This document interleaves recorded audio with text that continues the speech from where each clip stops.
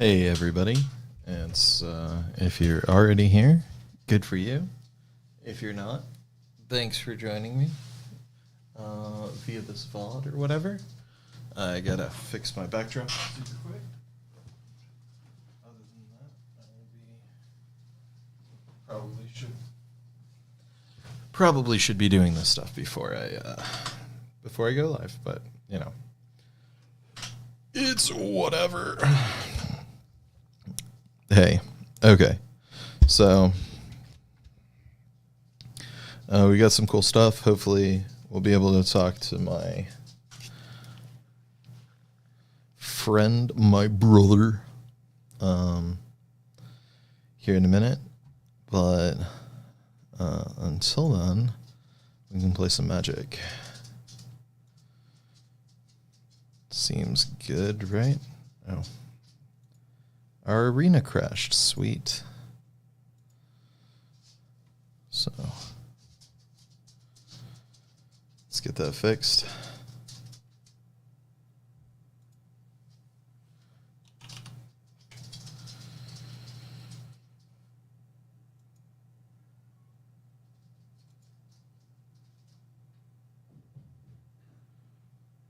Gotta check everything. Make sure this is good.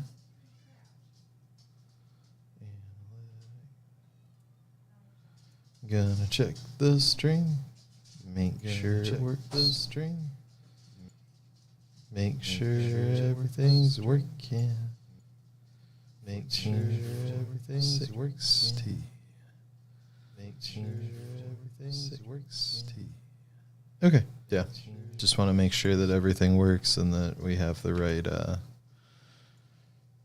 right settings. We're gonna check audio too once we have some people to talk to.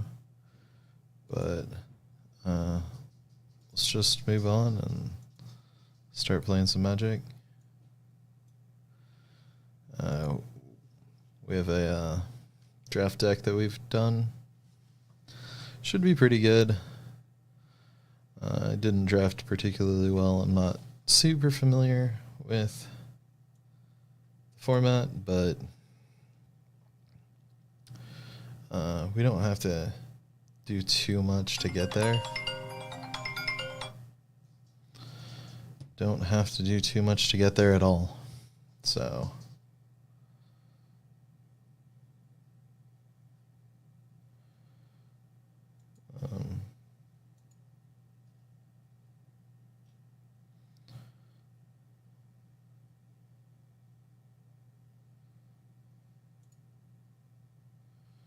all right. We're getting matched up too, which is good. Neonate, Haunted Dead, Mad Prophet. All right, yeah, whatever. Turn 1 Neonate's like not the worst thing in the entire world. Mad Prophet can be really nice on turn 4, so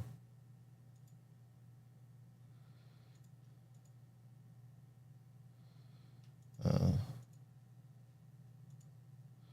think it will be very nice on turn 4 because, man, mountains.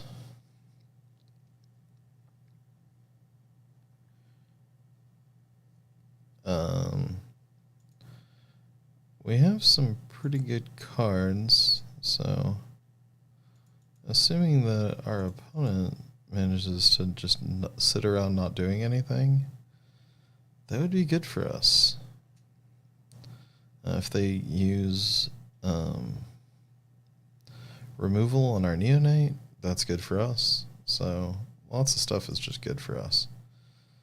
So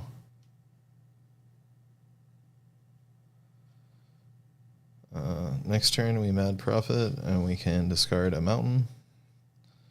We can discard several mountains and then hopefully just draw gas.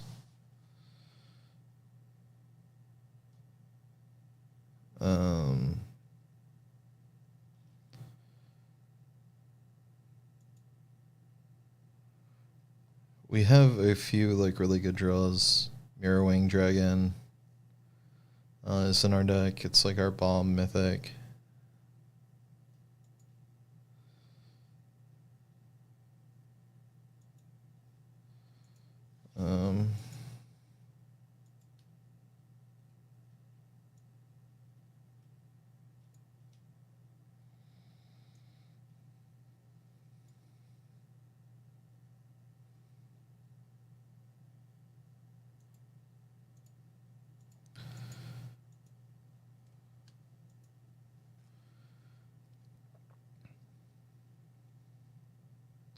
So we can discount this weirded vampire with our Mad Prophet too, which is kind of cool. It's nifty. Like, one of the cool things about Madness is that it lets you play stuff that's like this card essentially has flash right now because we can use Mad Prophet to flash it out.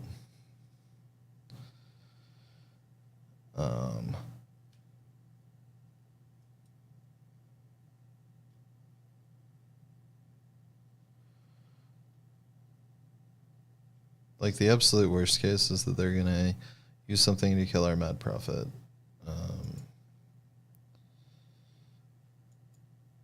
Okay.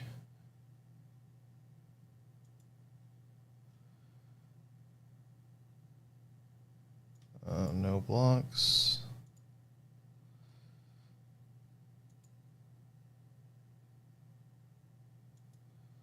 And we're gonna discard a mountain here.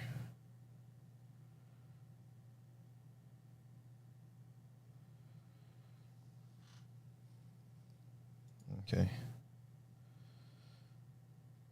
Oof. This is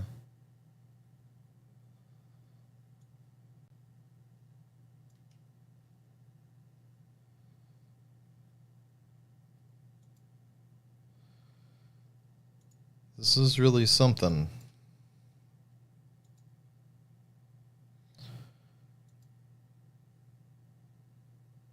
I think that we want to discard a mountain. No, we like really went heavy on casting weirded vampires. We should have played Haunted Dead last turn and just discarded a mountain.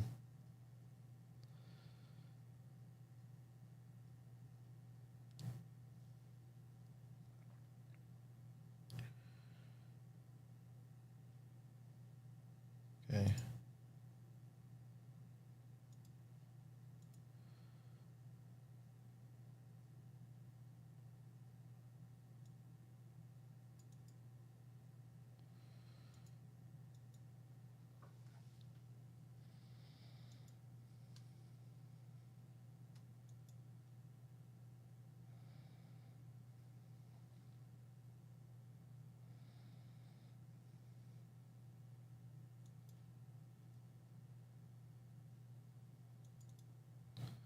That's fine.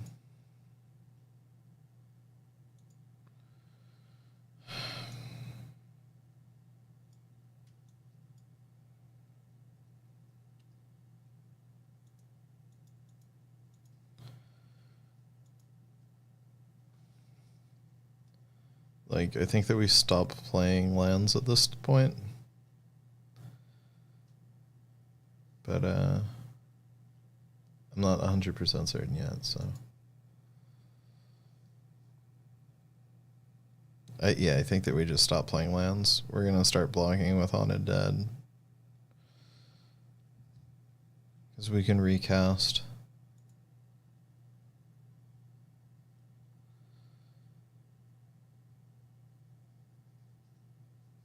Yeah.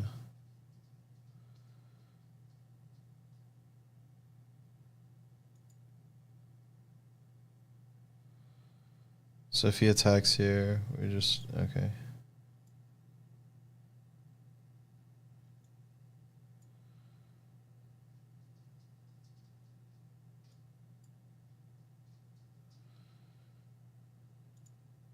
We're just going to attack with this. Get our pings in. Hope that our opponent doesn't do anything. See more cards.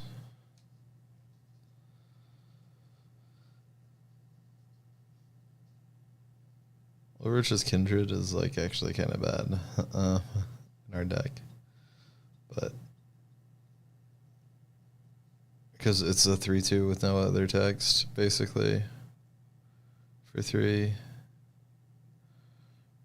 Ooh, okay. That's good.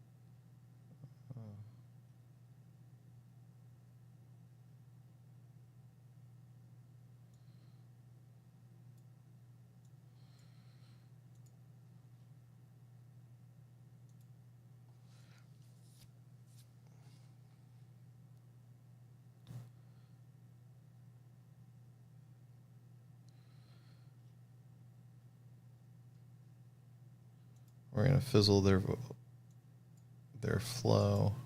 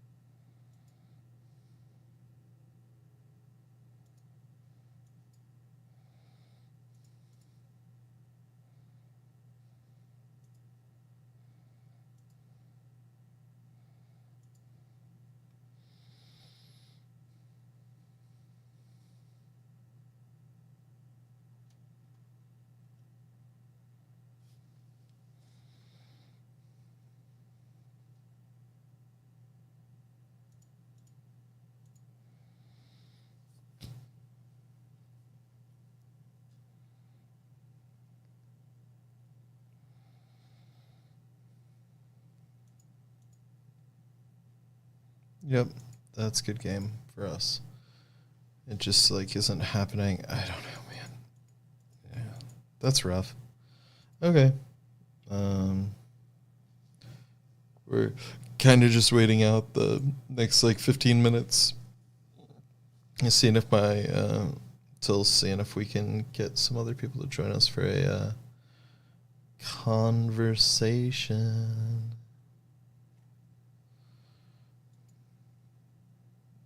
We're gonna start that up here soon. This looks good enough. Okay, this definitely seems good enough as long as we draw some lands.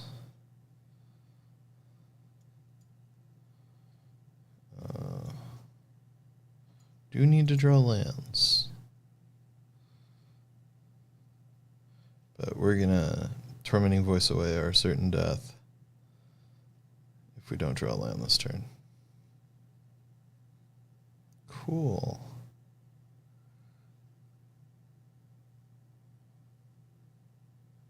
Oh.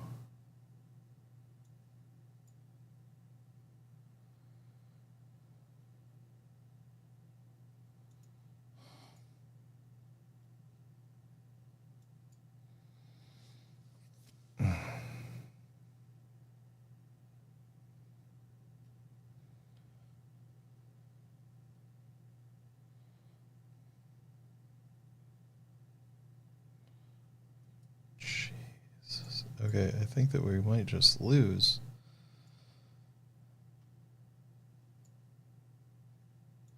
Yeah. Oh my god. We misplayed so bad there. We just lost. I hate this. I just don't know how I should be building this out. Yeah, 2 wins isn't good enough. It's garbage. All right, we got one more draft token. Let's try to draft before people get on.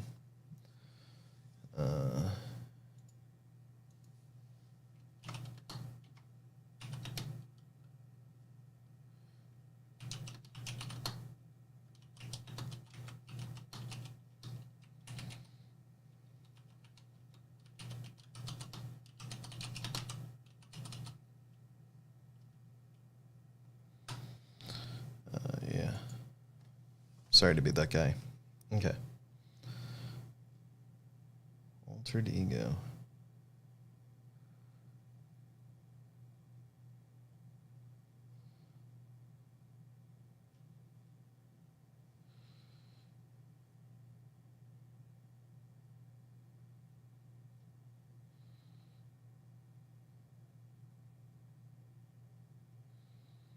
I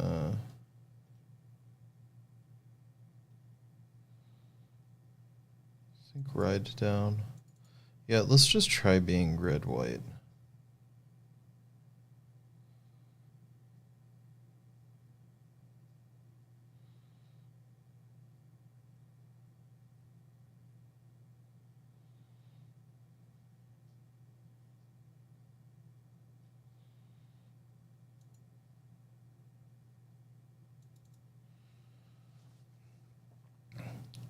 Yeah, let's do it. We're going to be red white. We'll force it if we have to.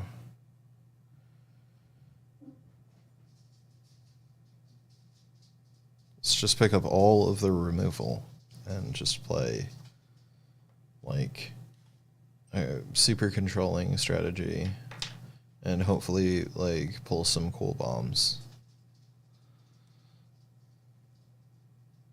That would be ideal. That would be ideal in this scenario. So, hope everything else is going cool. My previous attempts at playing music seem to maybe be copyrightable. I'm looking at my thing in here. It says that I have no impact on my copyright. It's not like a copyright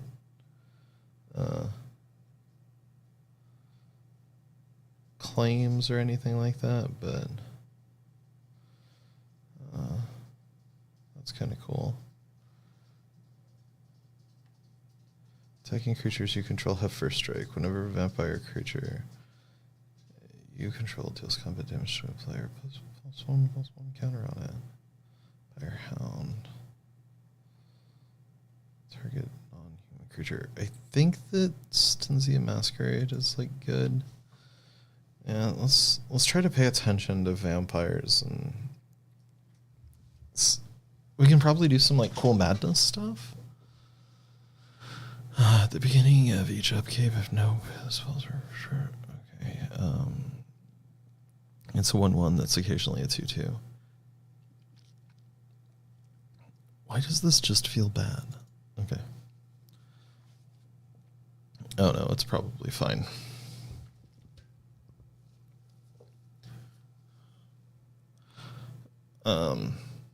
Like, the issue that I'm having right now with this limited setting is creatures in this limited setting are way less powerful than they are in one.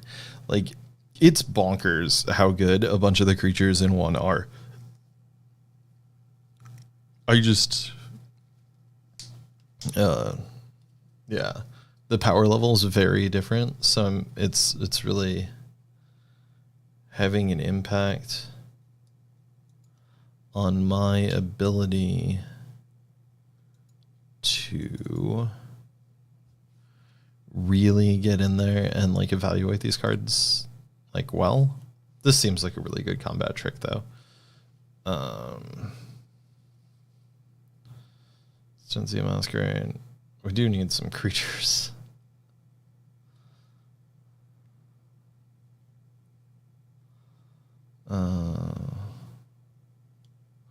We might not even be in red-white. We might be in red-black.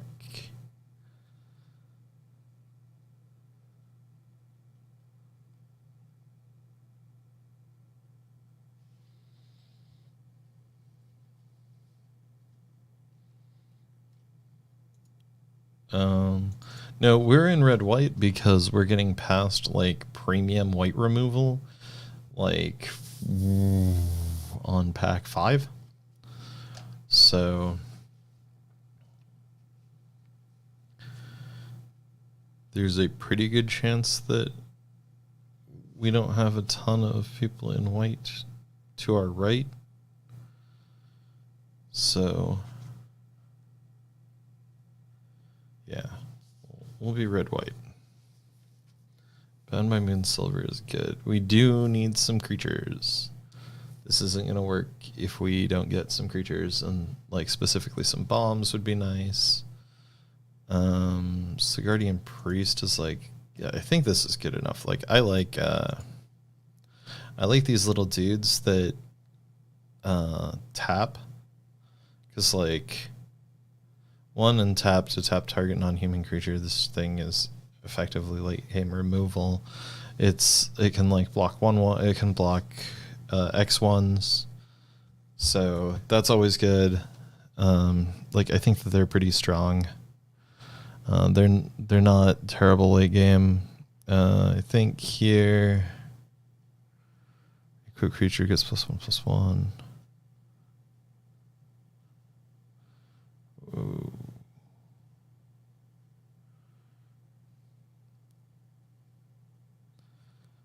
Ashmouth Blade, yeah. If we pick up some more stuff, this could be like really quite good.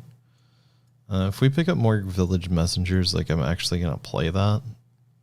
+1/+1 for 1 isn't great, but if we have a few things that like flip over,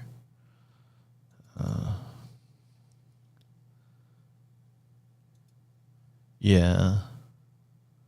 Destroy target creature with power 4 or greater. Destroy target attacking or blocking creature with power. I think that other one. I think this is better.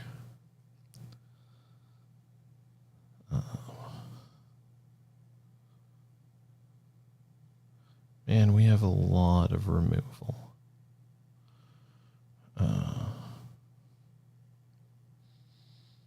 Fiendbinder or Pyrehound?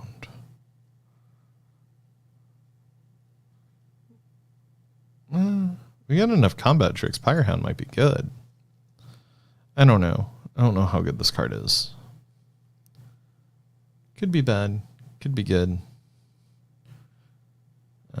Enters the battlefield. Target creature gets +1/+1 until end of turn. Seems fine. 3/4 for with lifelink. Yeah, we don't have a lot of people in blue either. So maybe we should have gone Elder Deep Fiend. When you cast a spell, tap up to 4 target permanents. Seems good. Guardian Priest, Range Whelp.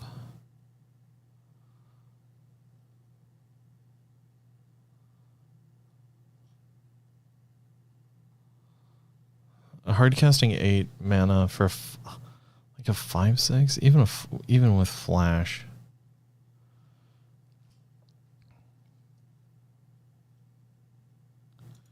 I think that we just need more good creatures. Stormkirk Occultist. Vampire seems good.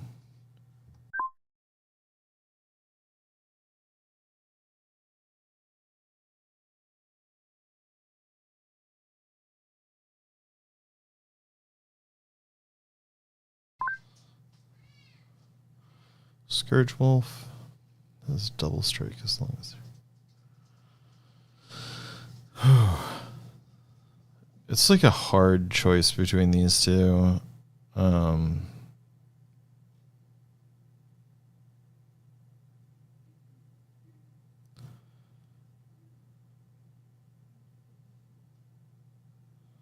no. Oh, it has first strike. Never mind. I like first strike over menace.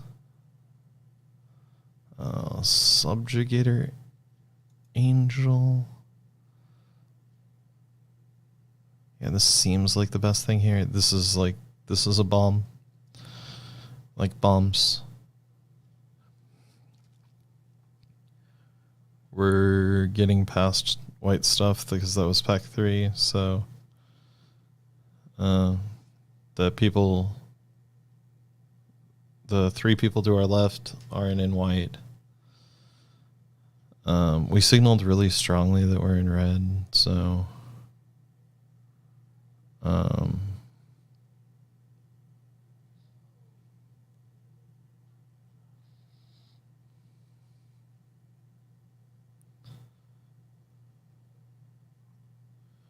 many humans do we have? It's a Guardian Priest human. Spirit, yeah. I'm leaning towards just picking this. Okay, yeah. Mockery of Nature. Stone Quarry.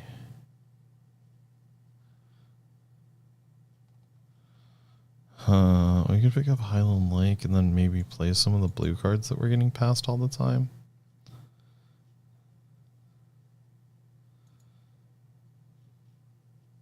Because I don't think Stone Quarry is good. Maybe it is. I don't know. Range 12.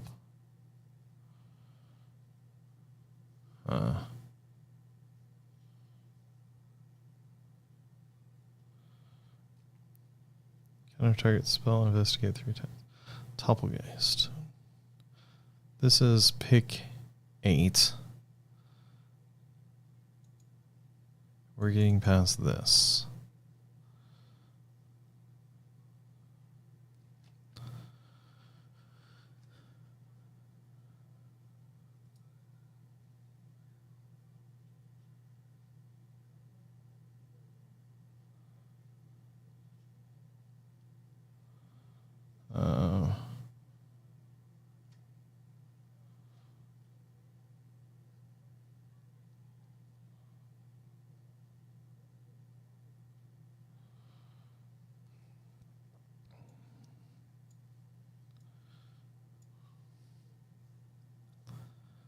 We'll see. Like, this is looking pretty good. Our Boros. A little Boros thing. Bound by Moon Silver is like, the fact that I got past that, like, this late in the pack is insane. Nobody else in this pod is in white.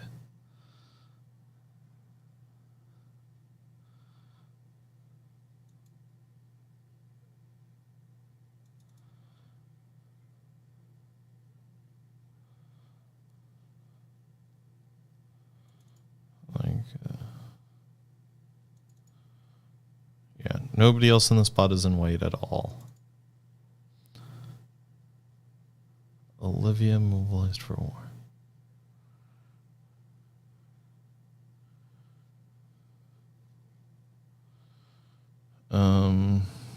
I think it just... Nothing here is so insane that I have to take it. I'm just gonna like greed draft Olivia. There's a non-zero chance I could like just splash black for Olivia and like maybe something else if I see it. This definitely seems good enough to splash black for.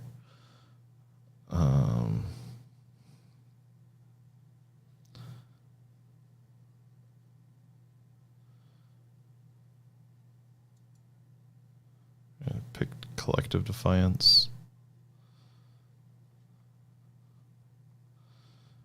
It's only 4 for its escalate.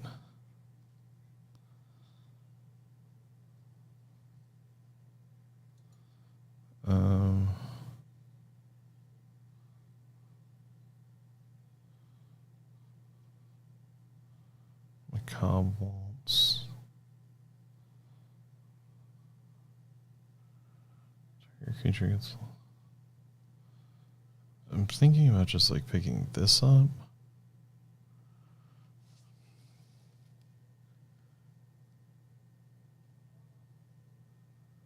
Hello. Hey, how's it going? Give me 1 sec. I'm finishing up a draft. At the beginning of combat, Fiery Temper. Fiery Temper is an excellent card. Gonna keep that.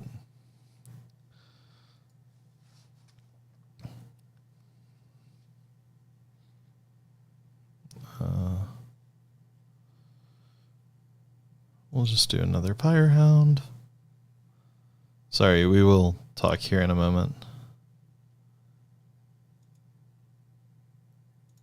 This is one of those, or I'm doing a premium draft on Arena, so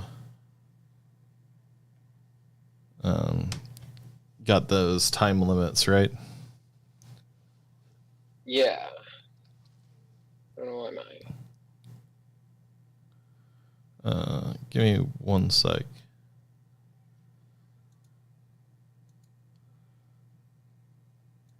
Hey, actually, can you check audio to see if your audio is coming through on stream? Yes, I thought I heard myself, but I'm talking, I'm listening to. Yeah, I just want to make sure. Yeah, I can hear myself on stream. Okay, sweet.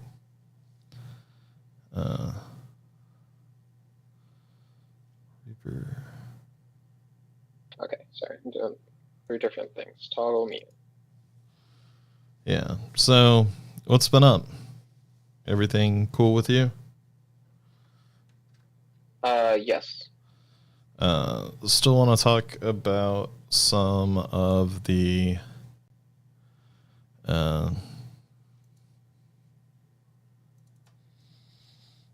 just random AI stuff. AI stuff? Yeah. I haven't gotten a chance to look at Bard, but I've seen some I'm still on the wait list. Yes. I mean, I didn't really sign up for it until like after it was already out to some people on the wait list, so it's not like I'm being it's going to be a while, I figure. But I'm not that worried about it. Did you see the announcement for the new features coming to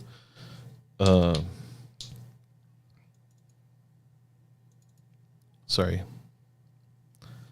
Let me finish this up. Okay. Did you see anything about the new features that are coming to Copilot? Maybe. Which ones? One sec. Okay.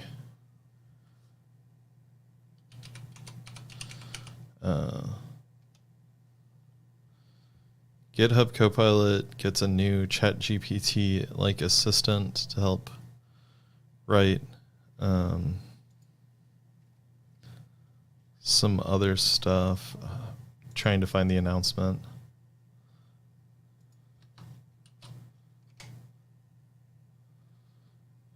Introducing Copilot X.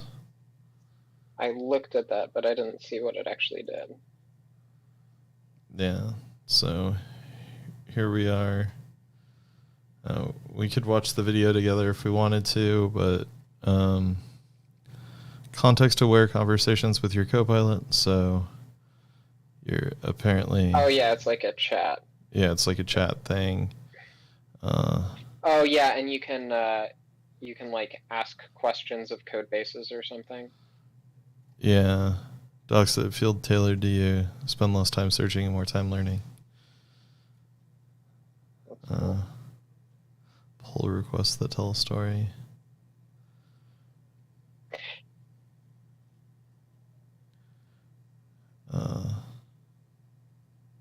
Yeah, it's gonna change stuff for sure. I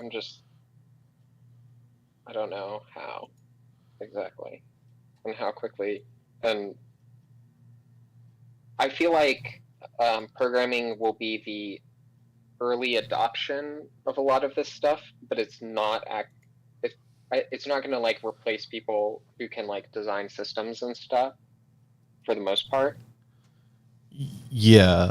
The problems you run into, like the hard problems of coding, are not like writing a functional program. It's like, I don't know. I don't know. It was just really complicated. Yeah, I mean, it being complicated is one of the problems in programming.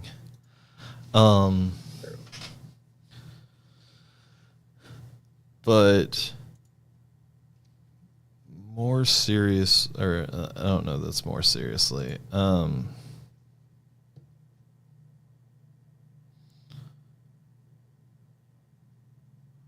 Sorry, just give me a minute. All right, here we go.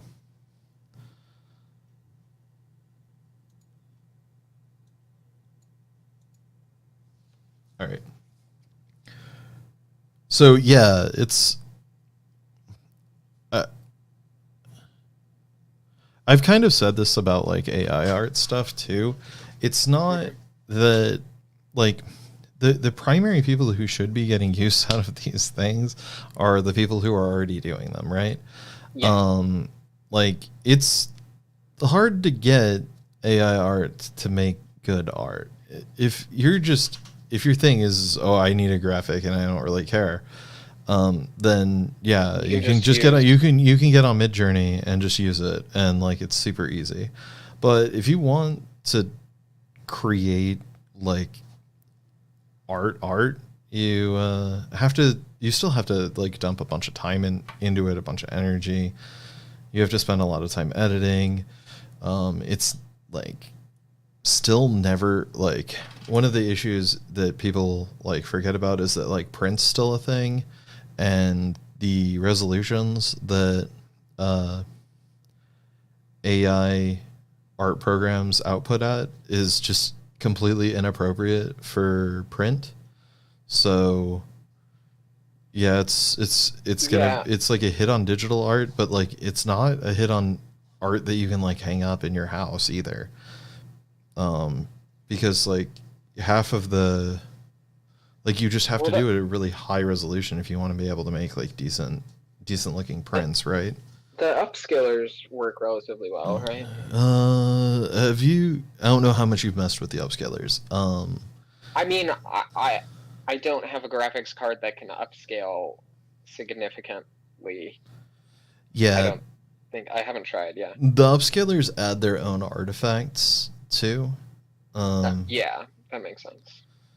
So you still have to like smooth it out and like figure it out because like yeah, the upscalers do okay, but it's not perfect. And if you're gonna like, I don't know how much money artists are making off of like the sorts of commissions that AI art's gonna replace, but then I do think that like that style, like I do think that that's why it's like important to do some stuff to prevent style jacking. Because I do see how being able to prompt, hey, I want you to make me art in this artist style would definitely like impact artists negatively, right? Yeah, it's kind of like a trademark thing. Yeah. The primary issue is that like current trademark doesn't like really like protect against style jacking. It's like very, very difficult. Like you can't almost definitionally copyright Trademark a style, or yeah. trademark a style. Well, but yeah, trademark. Wait, no, trademark, and I feel like it is actually covered. I don't know if trademark applies to art, but trademark seems far more appropriate from how I understand it legally to deal with this kind of thing than Copyright, yeah. Yeah, because trademark, like, you can trademark, like, let's say checks, right? Like breakfast cereal is an easy example of this. And so that means that I can't put out like something that looks just like Fruit Loops, like pretends to be Fruit Loops. Well, it can't be Fruit Loops. It can be kind of like Fruit Loops, but it has to be like not Fruit Loops. That's not really true. You can put out something that's identical. You can put out food that's identical to Fruit Loops. You can't call it Fruit Loops though. Yes, exactly. But also, like, yeah, you can't use the Fruit Loops trademark. To market your competing. It's very specific. Yeah, you're right. A trademark is like a very specific thing. Like the name itself is what's trademarked, and not all. Yeah, you can't just like trademark like a general style, right? Like you can't be like I think Apple tried to do this where they were like, okay, so what we're gonna trademark is like round corners on phones. Yeah. And yeah, you're correct. And yeah, that I think that they ended up losing that trademark, but yeah, I don't know, the entire like IP systems as they exist kind of just aren't they aren't working great in the current age. We've got to figure something out because I think it's just gonna like move so far by the time that the legal system like catches up with like literally anything. They'll be like facing entirely new problems. Yeah. But we still haven't figured out how to like properly copyright and like protect software. Through patent and trademark and stuff like that, and software development's been going on for what, like I don't know, since the 60s.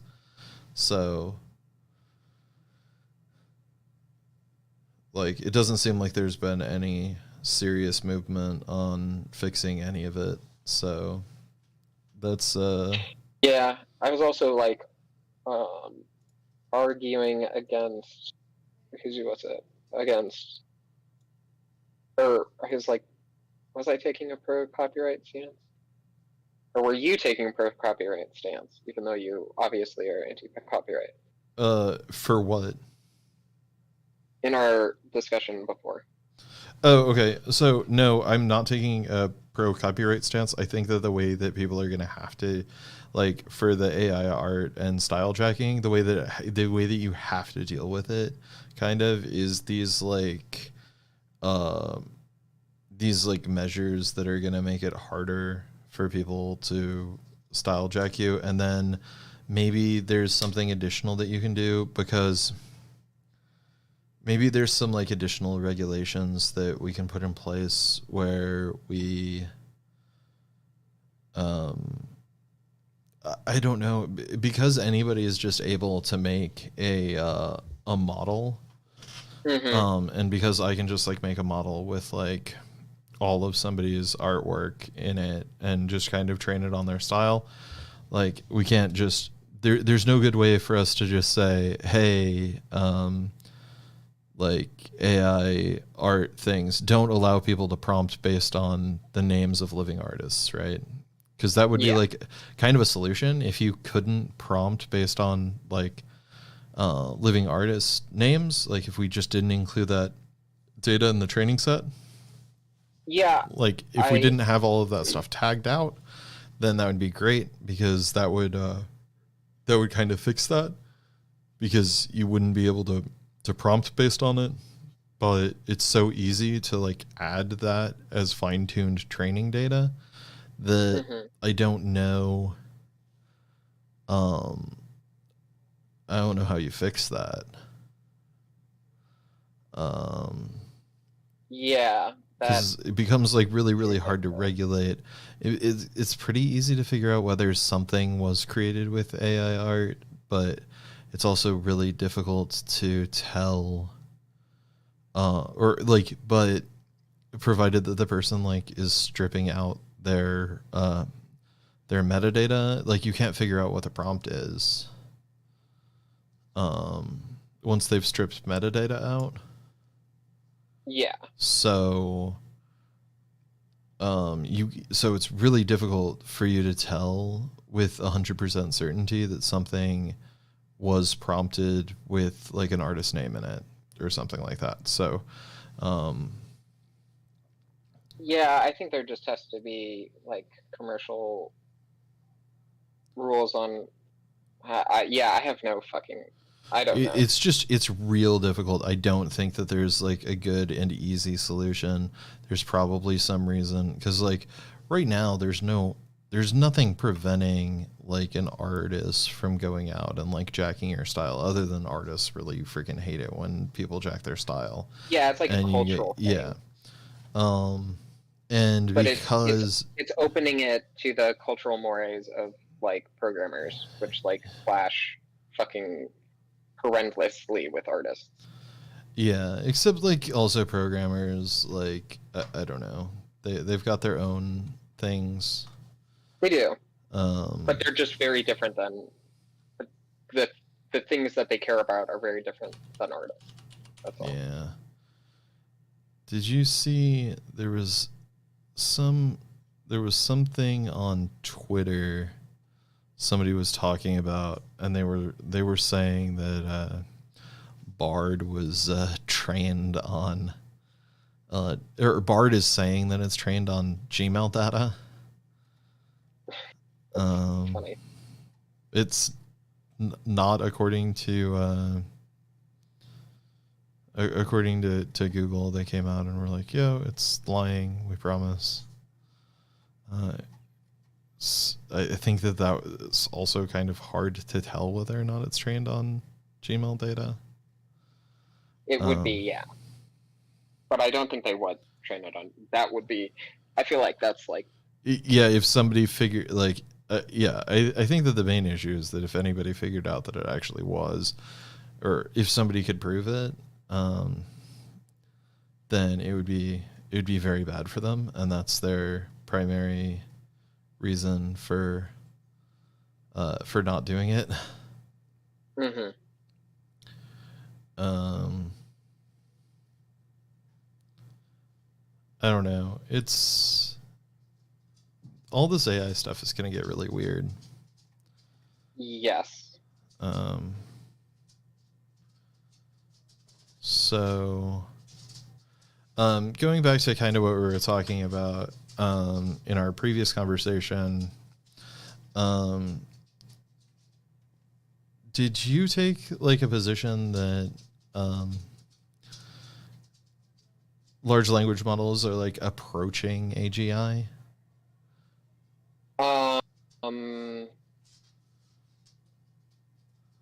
Not that they are, but that they like do a substantial number of things well enough, or I thought that we got on to. Yeah, no. You're kind of right, but I'm kind of just like that isn't like a super strong position I have. Yeah. That makes sense. That's kind of like an off the cuff, like I'm scared. I based on like the rate of improvement of large language, I don't know what like the limiters are, or like what keeps them from getting there pretty quickly. Yeah, that's that seems reasonable. I just like also don't. Yeah, so when we were talking about self or reflection, right? Yes. I came up with like a cool. I wanted to try to test that out. I tested it out a few times, but I'm gonna throw this up on screen and you'll be able to see. This is some testing that I did with GPT-4.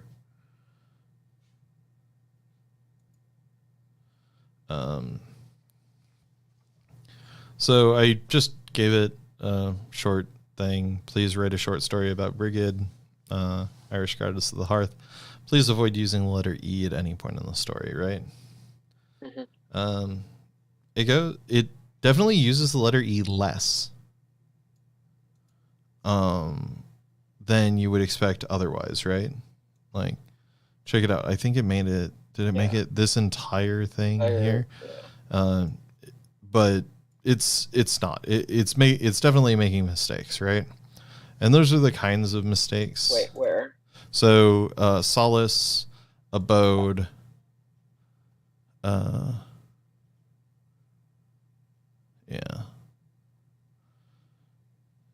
So yeah, some of these, yeah.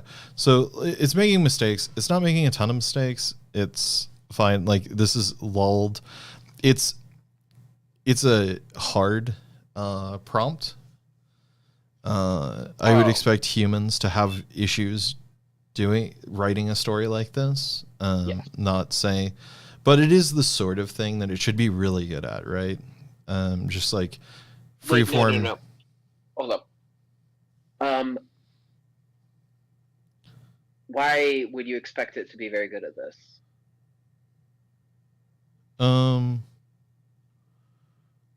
Well, just at generating stories, I think that this is one of the things that it just has a bunch of stuff in its training data on. Yeah. No. But why would you expect it to be very good at following constraints? I probably wouldn't expect it to. But one other thing is like I don't know exactly how it works, but it should be able to like look through what it's saying and see if it has and just like drop those words or whatever. No, it's token prediction. It consumes the entire context and predicts the next token, but based on the given context. Yeah. Okay. Right. Yeah, but I'd still expect it to be like but this is like way better than GPT-3. GPT-3 can't make a sentence without an E, so it's getting better at this. So, but it's clearly not at human level for constrained thinking, which is like a core thing that needs to be able to do, right? But then it's also like not good at self-reflection. Sure. Because when you said like, but you had brought up, hey, yeah, but you can reprompt. But one of my biggest issues is that like is for reprompting to be a solution, like you have to know more than ChatGPT does, right? Yeah. I believe that it did a reasonable job at following the previous prompt. I wrote a story. Look at it. No, can you scroll down so I can read his answer? Yes. While trying to avoid using the letter E. And then here. So it's avoiding the. Yeah. Yeah. Except it says here that it adhered to the constraints. And up here, I said, avoid using the letter E at any point. Yeah, but it interpreted the constraints differently because I think it interpreted it as avoiding. No, avoiding using the letter E is not never use the letter E. Avoid using the letter E at any point means do not use the letter E at any point. No, it doesn't. In normal human speaking. Yes, it does. No, it doesn't. I tell you, please avoid doing X. That is, and then that is a request to not do X, right? Hey, can I finish? Sure. Okay. If I wanted you to literally never do X under any conditions, I wouldn't say avoid doing it. I would say do not do it, right? Avoiding is, if you can help it, do not do this.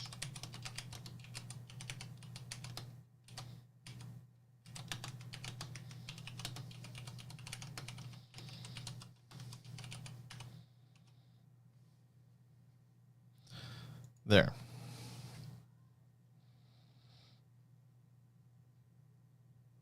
Maybe I am misprompting. That does seem possible. Nope, already used an E. So, yes, but yeah, we'll figure out what the reflection. Yeah. Yeah, we'll start the reflection next.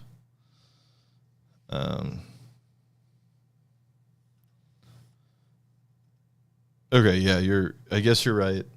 Avoid using it at all is not telling it not to use it at all. Technically. That's just so, yeah. Oh my God.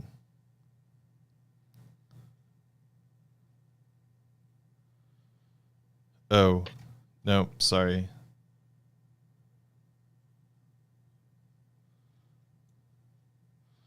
It kicked us out and threw us into GPT 3.5. Okay.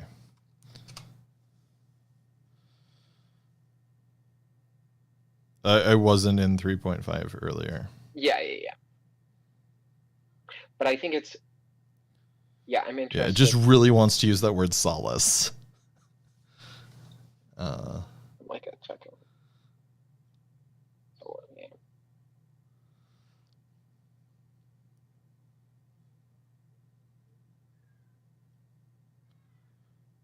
Fosters. Yeah, but I think that there are synonyms for solace and also synonyms for foster that don't have e's in them. And abode.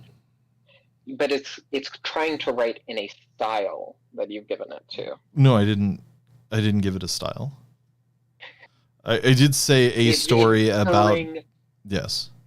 And if it says the word hearth, then that would be like a bit different, right? Because I used hearth in the prompt.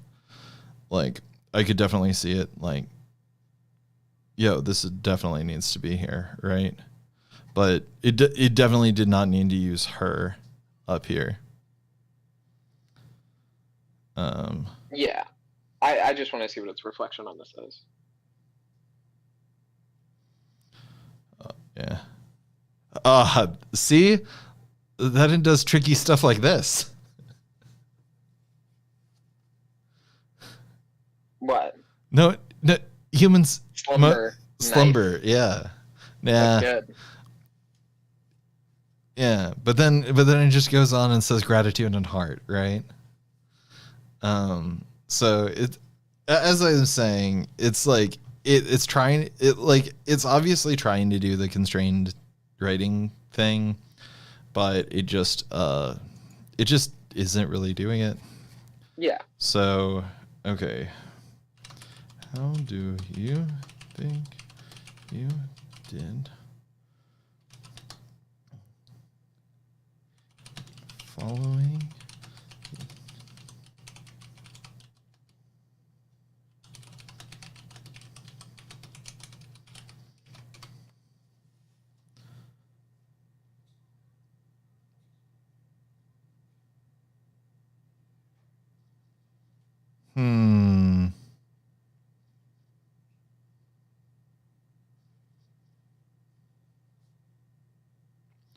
This is kind of what I was saying. I had tried this a couple other times. This is what it does. Is it just not only does it do this when you ask it if it did it, it says that it did. Yeah. I can read. Yeah. What I am talking about, the way I have found it productive to like, it has done something, it is incorrect. I generally ask it a question, be like, it looks like you used E a couple times or like, it looks like you violated constraint A in this. Could you try again and actually not use it this time? Or could you rewrite it without that? Okay. And that's what I'm talking about, and that's the sort of reflection. Where you have like a second analytic layer that like double checks it. But I don't think asking it if it did something well. Well, I guess I was trying to ask it. But you're correct that it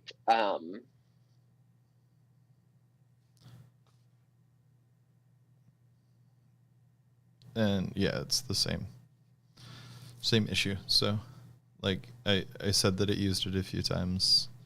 It used it in the same place. Find solace from the storms. Yeah. Yes. What I'm saying is, yeah, I don't think you can solely use ChatGPT for this stuff. Yeah, I think. Yeah, I didn't think that you were saying that, but what I'm saying is that like one of the things that I think is going to like hold it back from becoming like a one of the things that I think is holding it back is like a distinct inability to do like accurate self-reflection. I haven't found a way to get it to do accurate self-reflection, and that would be useful for it if like we were trying to use ChatGPT to train ChatGPT, right? Yeah. So like self-improvement style stuff. So I just think I'm not. Yeah. Anyway, it's great. I'm not like trying to be like, I don't think it's weird stochastic parrot or anything. These are just like some ways in which it's like really bad. And the question is I don't know whether or not, like, I think that the real question here is whether or not it knows that it used E.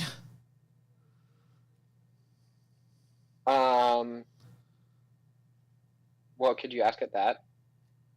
Instead of that, could you be like, you just wrote this entire story. Can you list the words that include the letter E?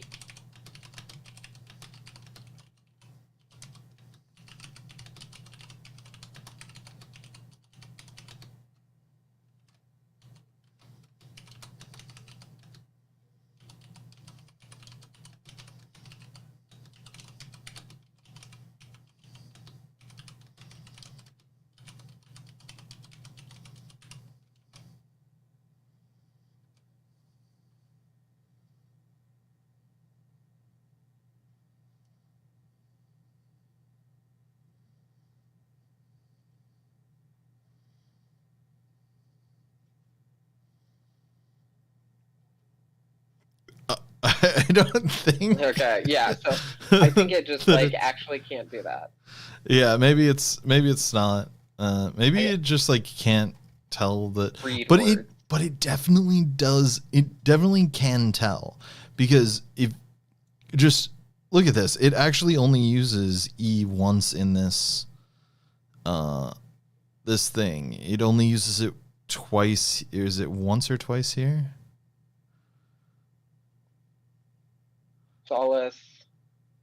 Solace and heart. Yeah, solace, heart, abode. And like, there's no way it would do this if it wasn't actually trying to avoid E. Like, it understands the prompt. Yeah. And it understands that words that, like, words containing E as like a constraint. So, like, and then it comes down here and apologizes a bunch of times. And it actually didn't say the word "the" in the original response. So maybe it can't do that, but like so maybe it doesn't understand this.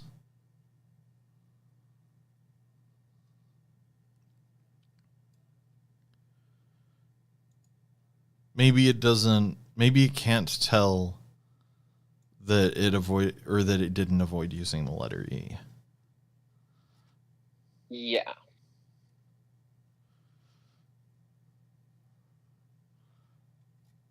I'm really not sure. But like, I think that, but like, it would also be super worrying if it does know that it's using the letter E, but it's lying about it.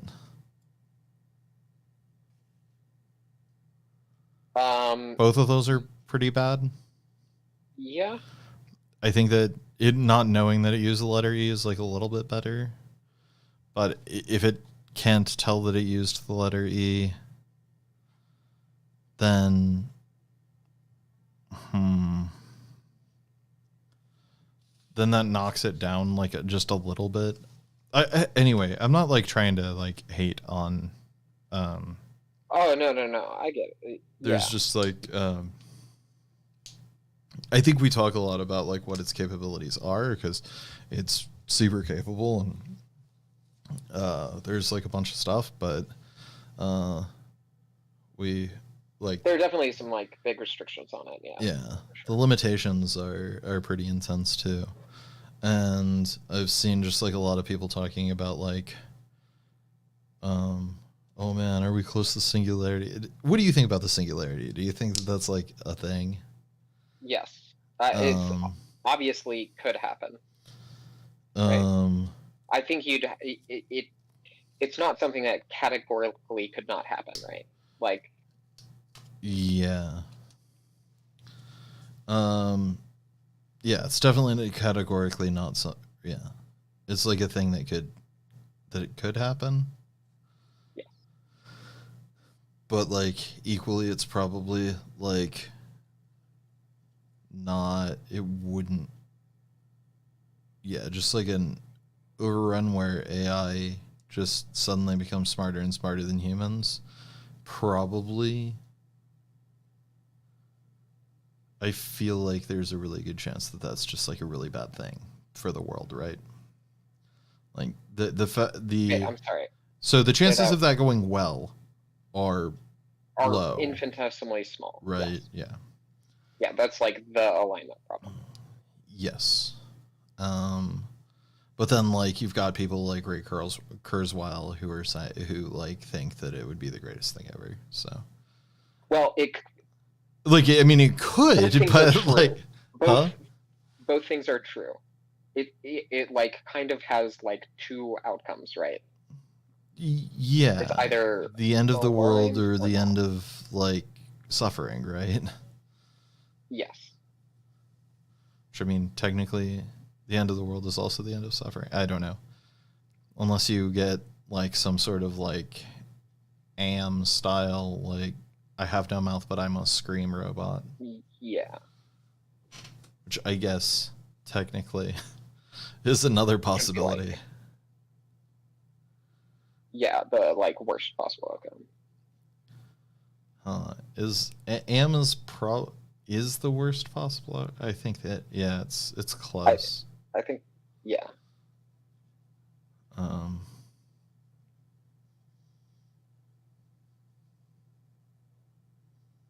No, I think that there are worst possible outcomes, but There are probably worse. You could think of specific worst possible outcomes. yeah. But like, yeah, it's definitely on the like in the nines on worst possible outcomes, right? Yeah. Because there's an infinite number of possible outcomes, and there's a fine. Yeah. Anyway. Yeah. So it's pretty. It's pretty cool. ChatGPT is good for stuff. What's your probability? On That's what? what we should talk about. Singularity. Timelines, singularity. Next 5 years. I want to drop this below 1% next 5 years. Yeah, probably. Yeah, I'd say below 1% next 5 years. Next 20 years. Next 20 years,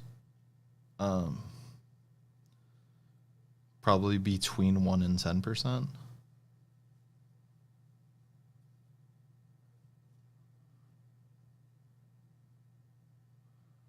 And this is like just well, okay, wait. This is right. ASI, right? Hold up. What's ASI? This is the emergence of the emergence of ASI, right? Yeah. Okay. I'd say somewhere between 1 and 10%. My in the next 20 years, I feel like my my error bars for that were like really big.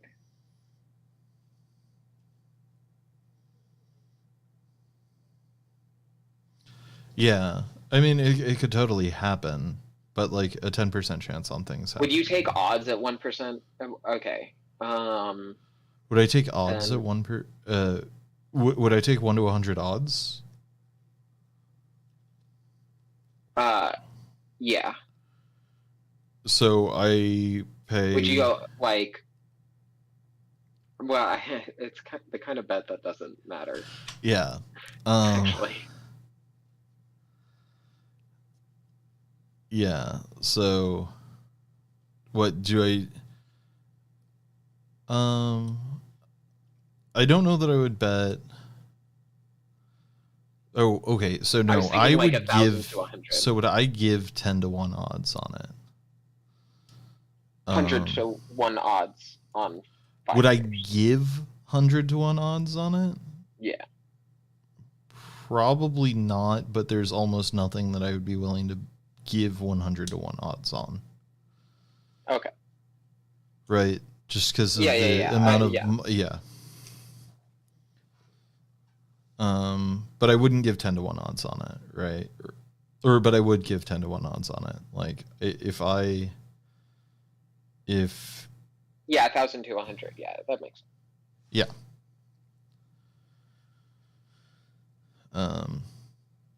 Yeah, that'd be interesting. Next 20 years. I think next 20 years, I'm depending on how the next 5 years goes.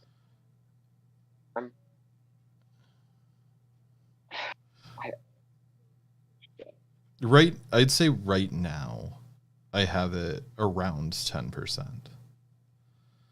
But there are things that could happen in the next 5 to 10 years that would what were your change odds? My priors, right? Has Stable Diffusion or ChatGPT changed those numbers at all? What would you have said pre ChatGPT? Would you have given the same numbers? I think my numbers have gone up a little bit with ChatGPT. I don't think that they've gone up at all due to Stable Diffusion. Okay. Yeah. That's fair. I don't know why I included Stable Diffusion. Yeah. But they also went up because of AlphaGo. Yeah. Or like Alpha Zero or whatever. Yeah, And yeah, how yeah. yeah. That seems like a cool little thing. Just like it seems like it's learned. Yeah. So, I don't know that maybe it's doubled since then. Maybe my timeline has come down by some percentage. I think that like maybe before I had a timeline where I think it's like almost certain to happen within the next 200 years. Very likely to happen within the next 75. Reasonably likely to happen within the next 50. Pretty unlikely or very unlikely to happen within the next 20. And almost impossible within the next 5. And like I don't think that I've shifted too much from that. But I think that maybe I'm like now at pretty likely at 50 years. What about you?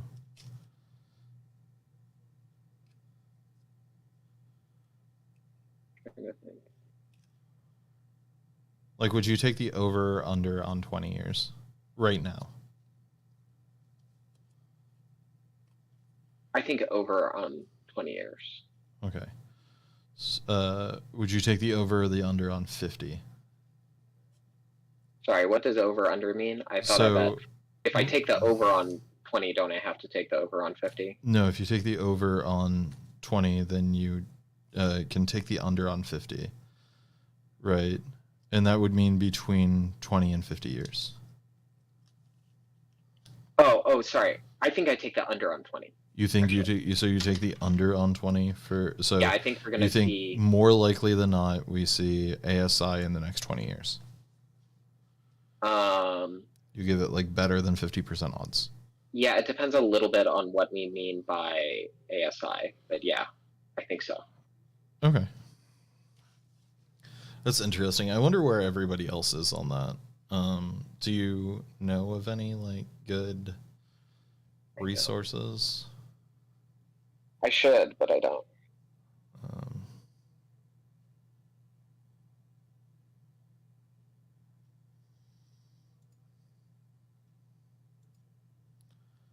Yeah, so you don't have like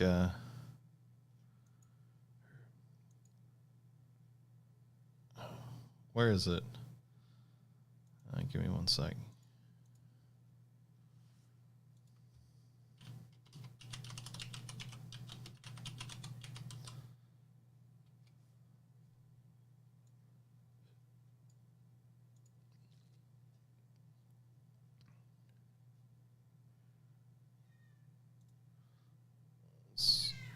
Let's check my stocks.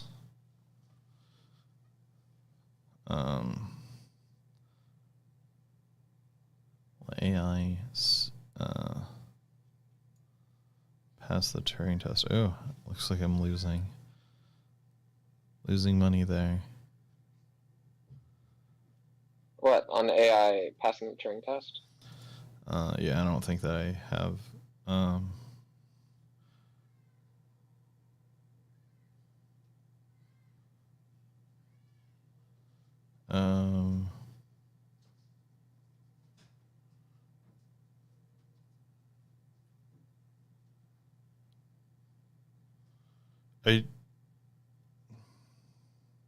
I guess I don't know what this means necessarily. Maybe I have. Maybe I'm too high on this.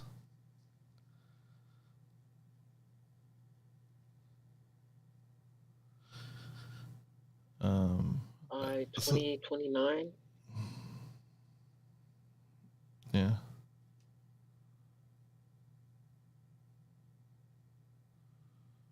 What Kurzweil calls a valid. I don't know who Kurzweil is. You don't know who Ray Kurzweil is?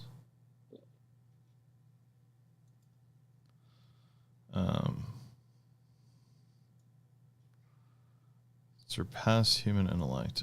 Resolved yes. An official IQ test about problem solving. The IQ questions that retain knowledge IQ is present. It won't count. Resolve no if it doesn't resolve yes. Yes? Okay. There's a... Yeah, I can definitely see why this has a 94% chance, because this person's, like, definition of surpassed human intellect is insane.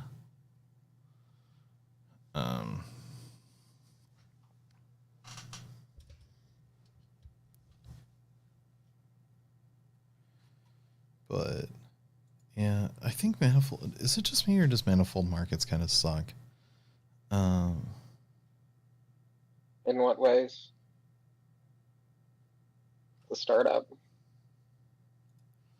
No, it's just like a lot of these like questions.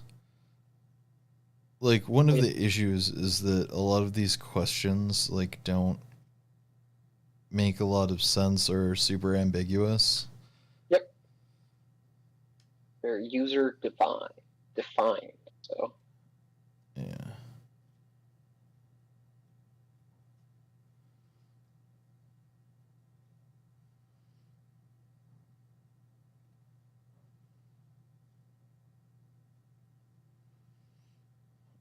I'll put $10 on now. But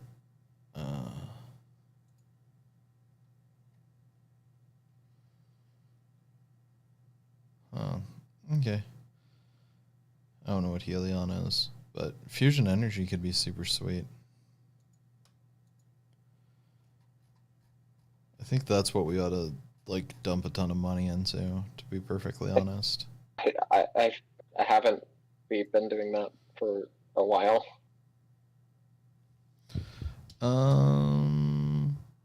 People keep talking, or yeah. What is it?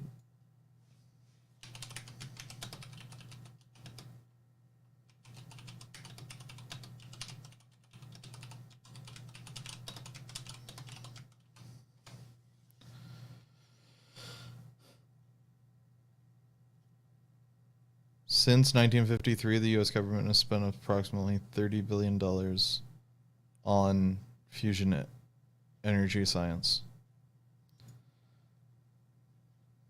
It's 50 billion, or that's $500 million a year. 500 million.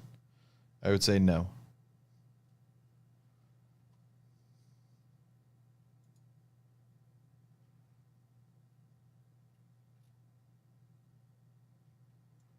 Yeah. Okay. I'm gonna go with no. We haven't been dumping a lot of money into it. When you look at like the fact that Elon Musk dumped this amount, more than this amount of money into buying friggin' Twitter, right? Like one person spent more than this amount of money to buy the stupid bird site last year. Oh, okay.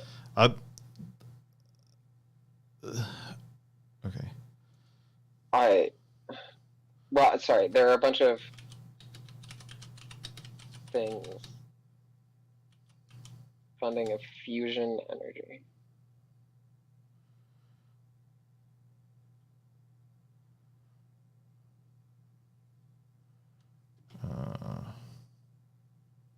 ITER.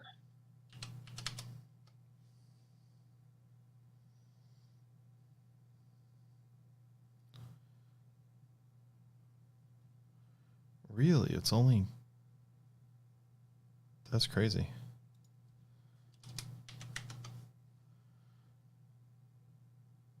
Wait, yeah, okay. What? No Oh my god.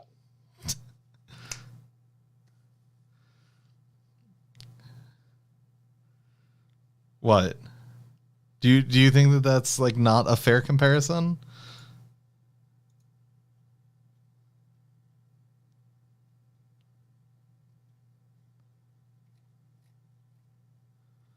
Do you think that the Yes, F-35 yes, is an unfair comparison? yes, Okay. of course. How?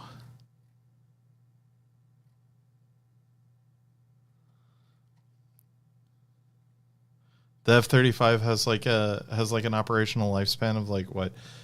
Something I think that the operational lifespan that this is over suggesting is around 50 years. So 500 times as much, right? Yes. For a similar time frame. I'm not saying that we should spend 1.5 trillion dollars on. Yes. Do you know what we got Energy or for whatever. $1.45 trillion on the F-35? Yeah. We got F-35s. Yeah. We got What like have we got? almost 900 of them. Yeah. What returns have there been on fission research? I think that, or fusion research, you mean? Fusion research, yes. So right now, I think that we've just hit break even on ignition. Okay. So the total amount of energy created by a fission reaction or a fusion reaction now exceeds the energy put into it. Yeah. That does not mean that we're able to extract more energy. It just means that the amount of energy generated is higher than. Yes.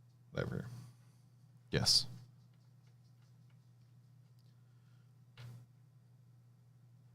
So we have gotten closer to building the first reactor. Yes, significantly. Yes, but we have built. It makes sense that we're not investing as much into research for something that only in the past couple of years we're not even sure is like possible, right? Like speculative research, right? Is fusion speculative research? Like we know that like it's like yes, it's like theoretically possible, but if it will ever be cost effective is speculative, right? Yeah, I guess. If it's possible to make it like cost effective. Yeah, I think that once you could do it, it starts to get well. It depends on whether or not whether or not you're going to include the like all of the R&D costs into that. No, just to make a like any reactor that provides energy for more than it costs to like maintain and run the reactor. Completely ignoring returns on research costs. I think that it's speculative. I don't think that there's like a lot of. I think that we're definitely going to be able to do that. Why do you think that? The sun doesn't cost too much to run. Now, I'm mostly joking there, but like, it's just got to be like a scale thing, right? Maybe I'm wrong. Maybe. Well, no. Okay, if it might be a scale thing, what if the scale is such that it's impossible to do it on Earth? Then yeah, I don't know that I've seen a huge amount of people in that field saying that they think that those are issues. They think that the current issues, everything that I've seen has kind of indicated that the issues that people think is that there's just not enough funding to get to do the research that. Okay. So yes, so you're telling me that people who are paid to research fission say that they don't have enough money to I have no doubt that it's What's the return on investment on a F-35? like incalculably high. No, you mean incalculably low? No, incalculably high. Why? What are you talking about? No. What has an F-35 done that like has given us money? I You're don't. asking in a counterfactual world where we didn't make the F-35. Yes. yes, In a counterfactual world where we didn't make the F-35. I have no idea what that world looks like, but the U.S. Doesn't have air superiority over trade sea lanes. Which, absolutely still does. For the next 50 years? I mean, like performance and specs wise, like they could have just stuck with the F-22. Performance and specs wise, the F-22 is a far better air superiority fighter than the F-35. So we don't have to have this conversation, but it isn't. The F-35 is like a multi-purpose fighter. It's supposed to replace the Harrier and 17 other fighters, but it's not like the thing that's like better than the Su-29 or whatever,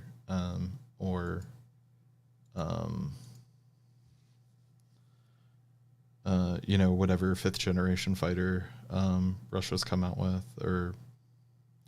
but the whole thing is like, yeah. Yes, go ahead. I just don't think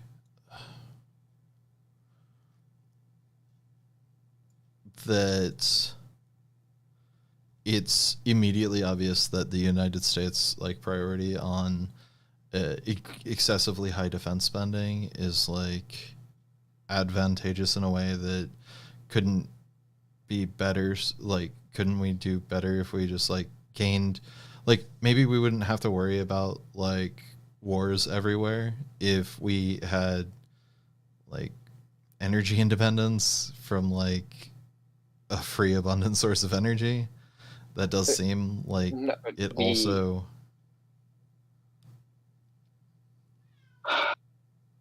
possibly, but the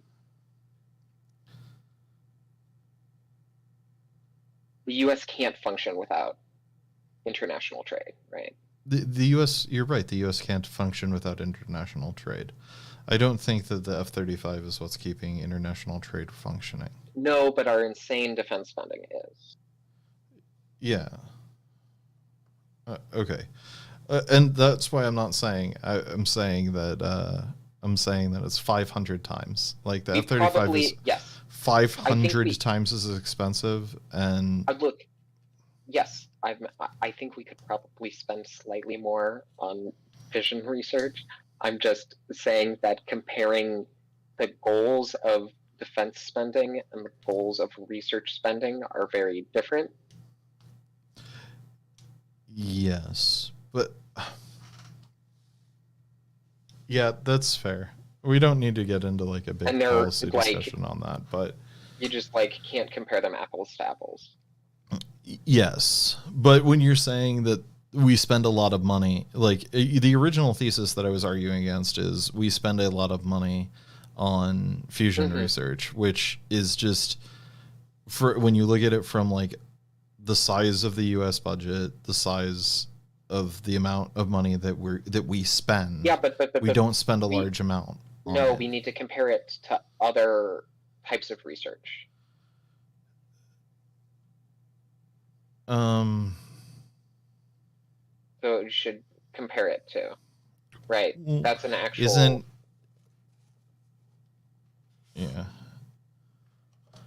There's research and development that goes into new fighter jets and stuff like that. Do we count that as research or not? Because what we are talking about is development of new technology, right? Yes. Like new specific technologies. So I don't like 100% see why they're not at least comparable. Now, Do you some of want to that, look up how much money of the F-35 program was specifically research and give me that sure, number? sure, Because I can do it's that. not 500 times. Yeah, you're right.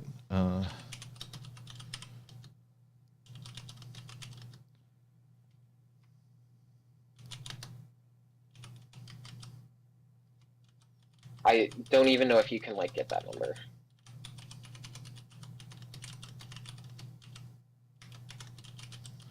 Yeah.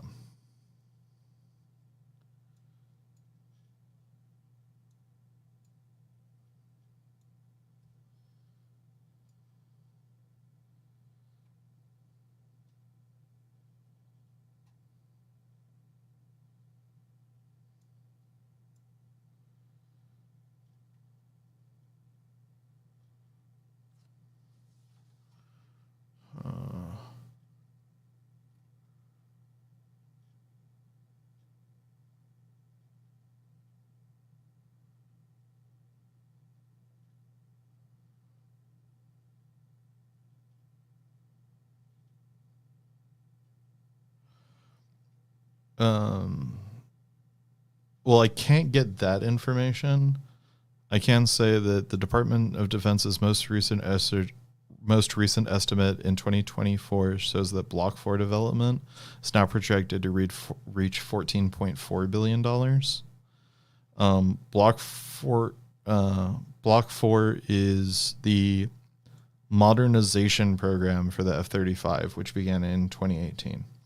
So at least half of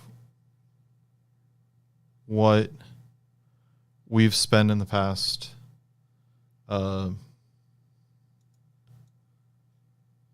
what's it called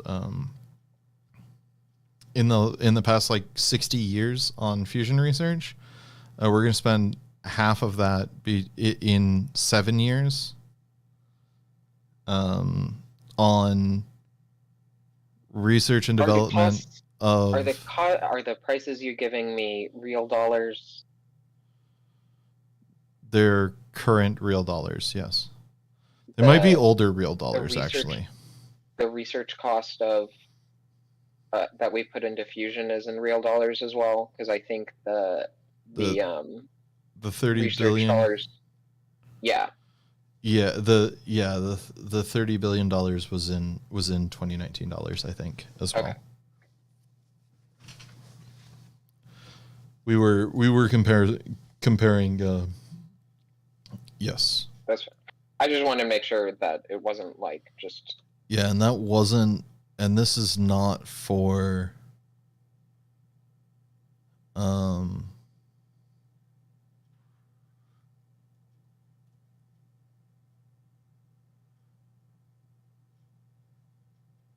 Yeah, so the Block 4 modernization stuff, this isn't even like production costs. Yeah. And that's just like for the past 7 years. I think that for a long time it cost, like, what was the total cost?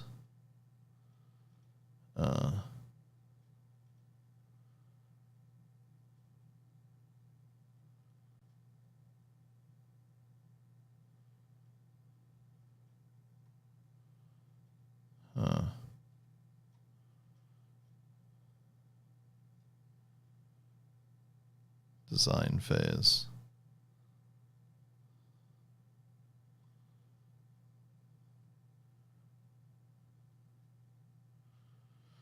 Yeah, I don't know that there's good information on how much it cost.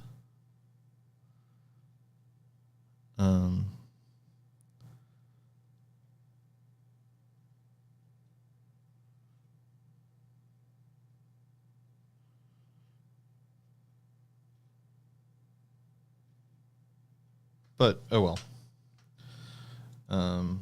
Not super important.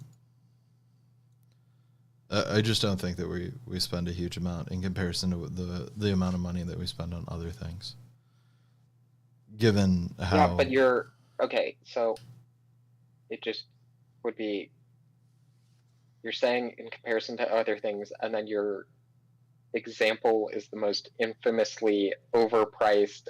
It's like the thing that the government spends the most money on ever, and they're not. That's not true. Like, I was talking about like defense spending, but I was talking about like one very specific, like very small portion of defense spending. There's a reason why I chose like a very minor, like the F-35 was like a big thing. It's like it's a thing, but we have, like, let's say that we didn't spend the money on the F-35. It's almost like, I'm not saying nobody would notice, but like we have a bunch of other planes that do all of the things that it can do. And sure, some of them are older, some of them are worse, but it's not like the F-35. It's not like we like continuously get into like dogfights anyway. The F-35 or the existing stuff in our fleet is perfectly fine for the types of engagements that the U.S. engages in general. And like, let's say that we're talking about like great power adversaries or whatever, like Russia. Well, not Russia, because okay, not Russia. Russia isn't even a military power in like Europe. Yeah, because Russia's in Asia. Facts. Okay. But anyway, so but I'm specifically talking about Russia because Russia's the type of power that we might engage their air force, right?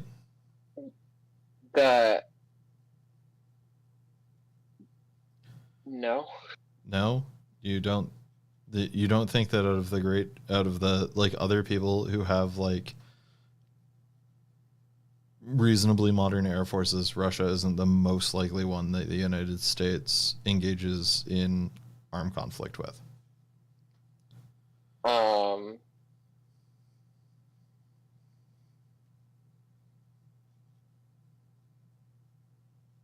I think we try to avoid any direct armed conflicts between us and Russia altogether. Right? Okay, fine. Then we don't need air superiority fighters. We need fighters that go on carriers, right? Yeah. The things we need are fighters that can go on carriers to protect Yo. What? Nothing. Sorry. We have people in the chat actually showing up and saying, hey. Oh, but to protect sea trade routes in Southeast Asia, or in the Pacific. Yeah, and that can be done by like F-18s without spending $1.5 trillion on the Joint Strike Fighter. You can do that indefinitely, right? Yeah, pretty indefinitely. I'm just saying that there's not really China's just never going to modernize any part of their military. They're okay, not then working on any of that stuff. If I look it up, they're not going to like have any developments in that area. Yeah. And then what we could do is we could just produce more of the plane that we have, the F-22, that is a better dogfighter, a better air superiority. Like, if the issue is air superiority, the F-35 is not the best air superiority fighter in the world. It's the F-22. So if the issue is air superiority, then we need to build more F-22s, and we could ignore the F-35. If the issue is that we need, like, just general multi-purpose fighters, like, we have a bunch of those. They aren't super hyper modern, but they're, like, good enough to fight anybody who we would fight. The primary issue is that, like, other people are getting, like, good rockets and might be able to shoot them down. But what is the like biggest tech improvement in the F-35? Stealth. Okay, what do you think that might help with? Not getting shot down by rockets. Like, Okay, I'm not yeah, I'm not gonna say that it's not, but yeah, like, is that probably why? no, it's not, because you can do, because as far as bombing goes, there are better bombers. You can fly bombers Okay, high yeah, enough that they're not going to be susceptible to like low. yeah, but we're probably not bombing things. I mean, yeah, but that's one of the that's one of the missions that you would give to the F-35. All right, so if it's not bombing, We're creating a general purpose thing focused on a general purpose fighter that can fulfill multiple roles, so we don't have yes, to spend correct, money updating like a billion different models, right?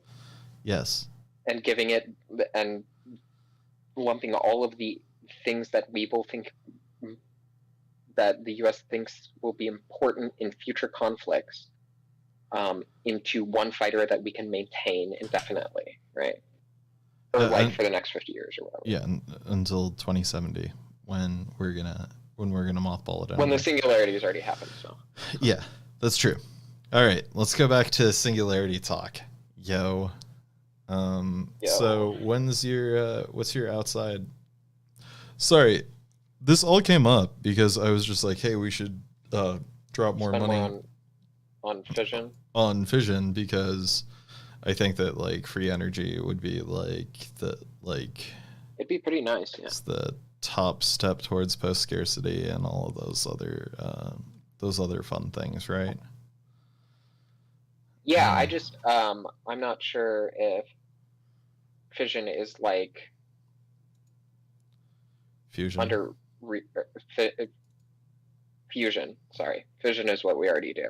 Yes. If fusion is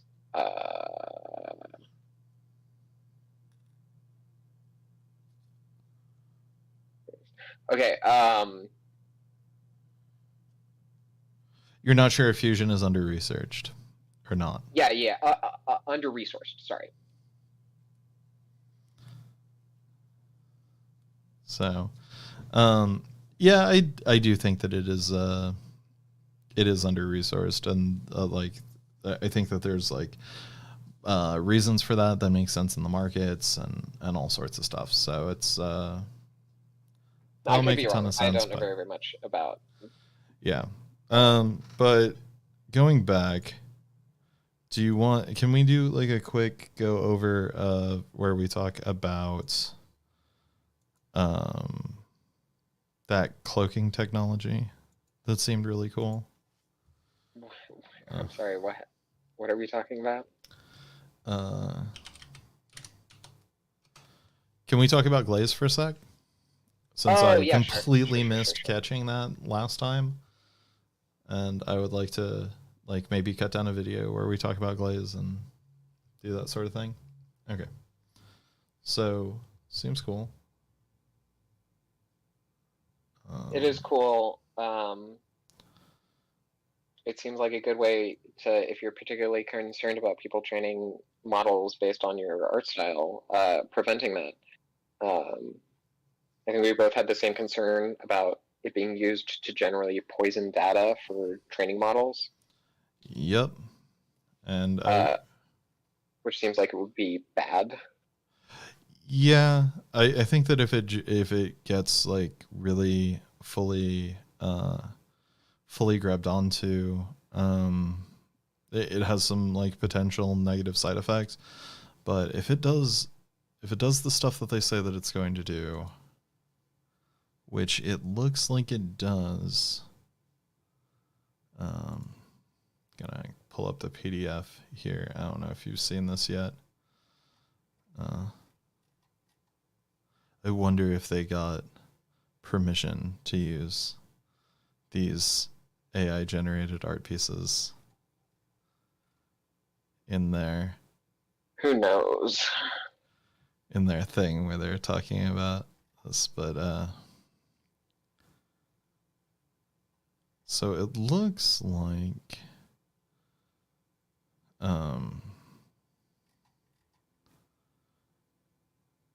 it does pretty good at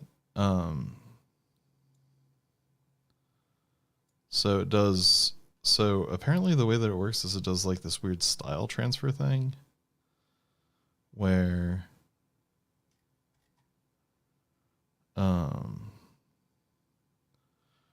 it slightly changes the look of the artwork, adding low intensity stuff kind of in the background to attempt to make it look more like oil paintings by Van Gogh. Oh, okay. Yeah.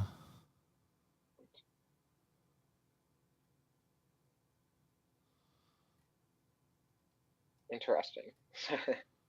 Yeah. And Wonder if then it does some like cool stuff to do these like style cloaks.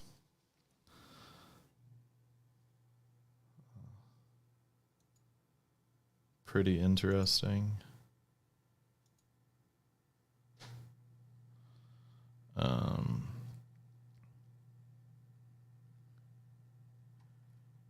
So, but I think that if we go down, where it shows, yeah, it's original artwork. This is their glaze style target.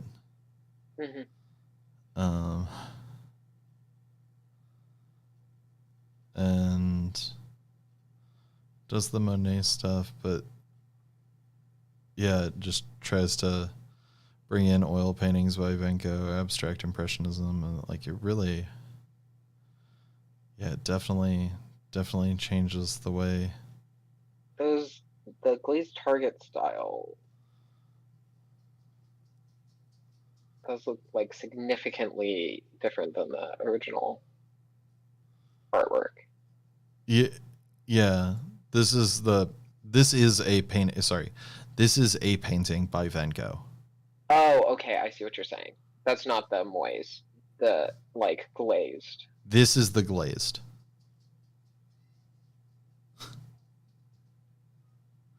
So this is a generation without glaze. This is what it generates with glaze, with this as the glaze input. Yes. What I'm saying is the glaze input looks like significantly different from the original art. Yes, which it should, because that would make it look that would make the art style different. Yeah, I see what you're saying. Yeah. Seems pretty interesting. So, the real world performance,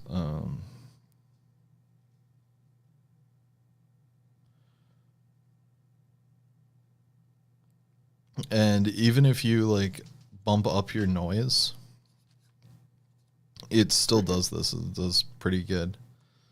Even with, well, one of the other things is that you could just like train it a bunch of times. It does pretty good at preventing people from just like kind of trying to train it out, because I don't know if you've done much training, but if you it's really easy to like overtrain a model and then it becomes garbage. No, I have to figure out my graphics drivers. I definitely want to like do some like on stream image generation and talking about that sort of stuff. It'd be cool if you could join me for some of it. But one of the things that I need to do is I need to go through and clean out my stuff to make sure that everything in my generation folders can be shown on YouTube and stuff. If only you had some sort of platform by which you could generate images. I do have and they were tagged into different groups. I do. It's fine. It's not bad. Your computer. Yeah. Okay. Yeah. So here's the difference between the artwork and the cloaked artwork. I don't know if you can see this. So it is different. Yeah, And I it's think not that too significant, but yeah, it's hard. It's kind of hard to tell. It's not that it's. I don't think that like this is like. To be perfectly honest, like I could pick this up. I could probably tell that this is a glazed image. This definitely looks a little bit weird. I might not be, but like with them side by side, I can tell for sure. But I don't know if just like looking at this image, if you would know that this has countermeasures applied to it. I don't know how easy it would be. I wonder how easy it is to tell. If an image is glazed, it should be, right? Yeah. The real oh, I have a better idea. Okay. Actually, let me snip this.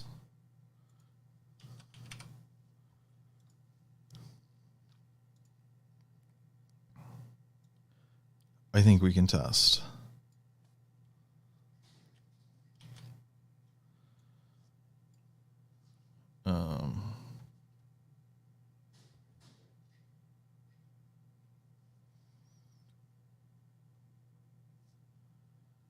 Sorry, let me go back to chat over here. I think we can definitely test. I wonder what Clip thinks it looks like. Oh yeah, that would be. So, stable diffusion, web UI.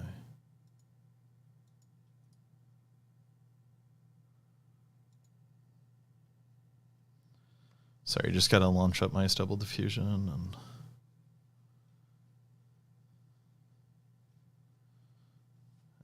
run that. Thanks to everybody who's joined us. We appreciate it. Only got stuff going on for a few more minutes here, but and if anybody ever wants to like jump into Discord when I'm streaming and like talk, chat, if you got a disagreement with anything that I'm saying, like I'm super like talking. I like arguing. Which is the most important thing, right? Who doesn't like arguing? A surprising number of people. Yeah, no.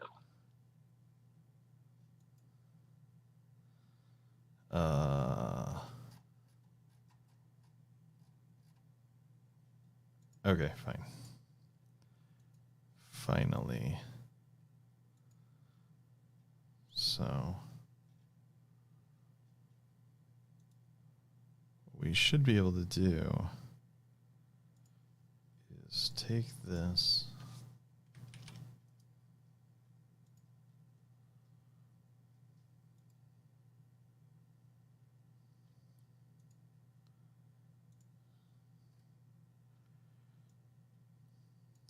All right. So here we go. Yeah, so what we should be able to do is we should just be able to interrogate Clip with this. And it should maybe tell us that this is Van Gogh. I would hope so. Yeah. Because if Clip gets that and says that this is Van Gogh, then problem solved.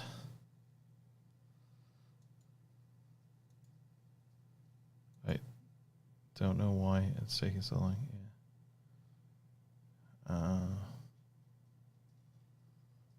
Holding a gun in her hand and looking down at her shoulder. I don't think she's. There's a tree in it. Okay. Maybe this just like messes it up. Yeah, it seems like it. Donato Gianchola.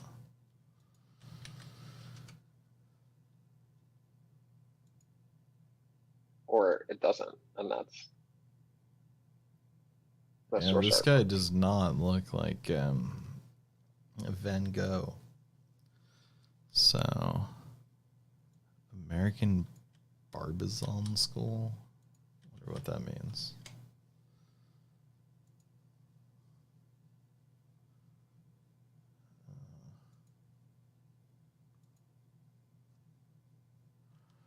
Yeah, that's interesting. Okay. Yeah, I guess it doesn't detect there. So, that's interesting.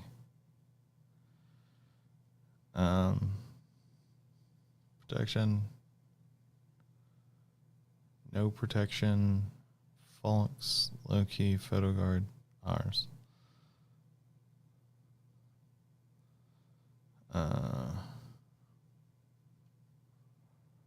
Like, all of these are pretty okay. We test clips, performance, and classifying artwork. To art genre. This is, like, the one... I think that the one concern that I have is if it just, like, poisons all the data and you can't even do, like, a style, right? Because, like, expressionism or cubism or something like that, like, if you mess it up so that you can't even do that, or more importantly, if I start trying to mimic Van Gogh and it starts, like, bringing in Carla Ortiz artwork, that would be just like a mess. And I don't feel bad about mimicking Van Gogh. He's dead. He can't make art anymore, so... Are we sure? Yeah. Has anyone checked? What?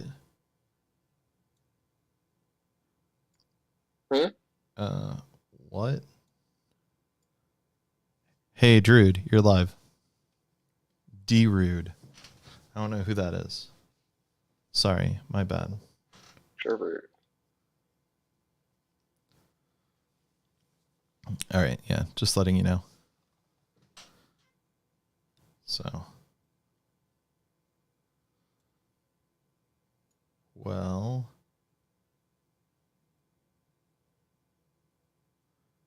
And I'll cut you out of, like, clips, by the way. Your name, if you don't want me to say it. Never offered that deal to me. Yeah, well, you're special.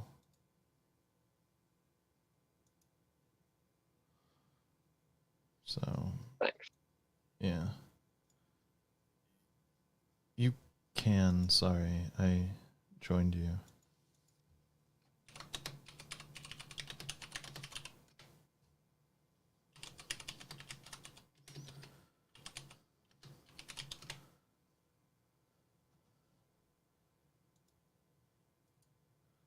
Zivius.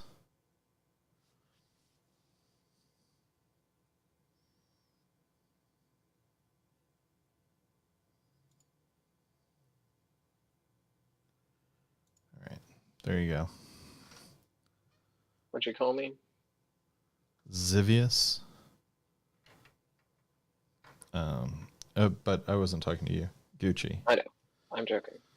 All right. So, yeah.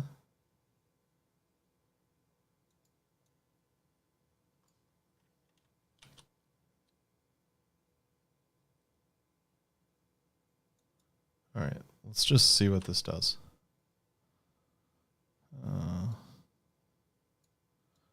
Patch size 8. Sure. Seems reasonable.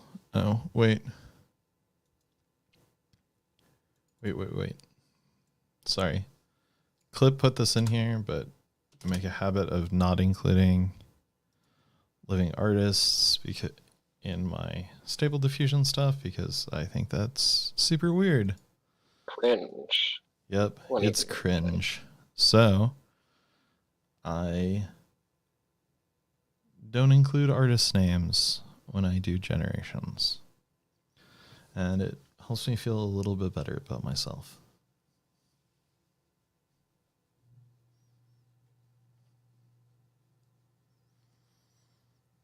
So see if we got anything here.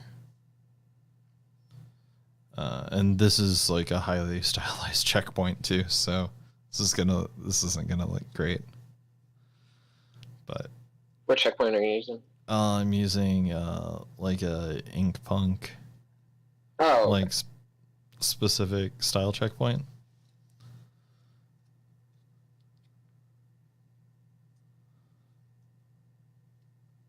But I'm not calling it, so it might not look too weird.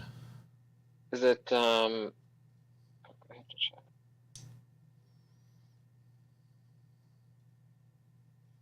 It's not Synthwave Punk, is it? No, it's Ink Punk V2. Okay. Synthwave Punk is a merge of Ink Punk and some other model that I used for a couple generations. Oh, that's not bad.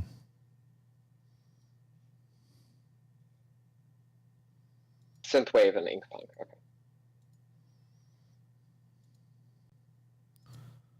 Got some cool generations here. Oh, nice.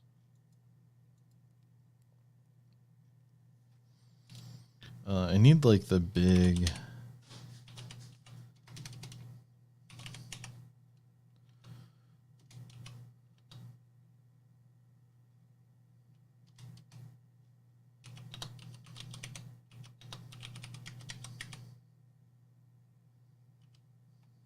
I don't think I can do that. All right. Just to be like a little bit more safe running this on YouTube, right? What is it? Just put nudity and stuff in my negative prompt so that I don't have to worry about it as bad.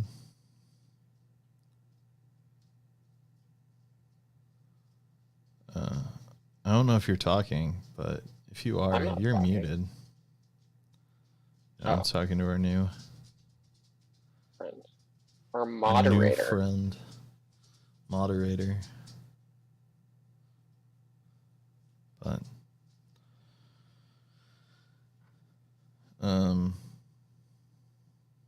yeah, so how's your model going? Are you I had you muted. Who? You muted yourself. You are muted because you muted yourself. You are not server muted.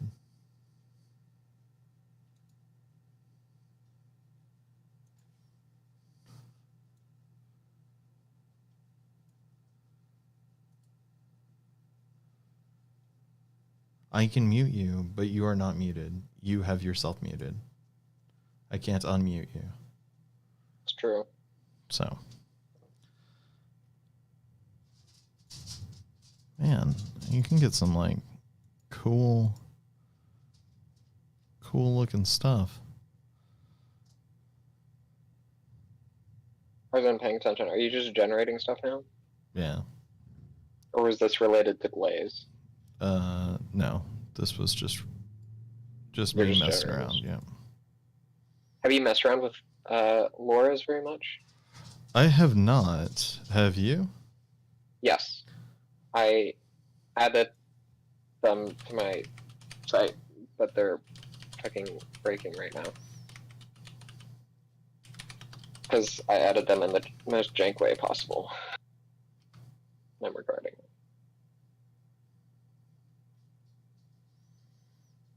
It's actually not fine.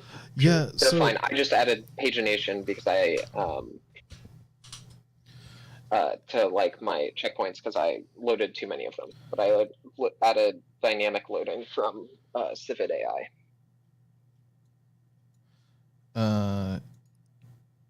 Yeah. How does that work?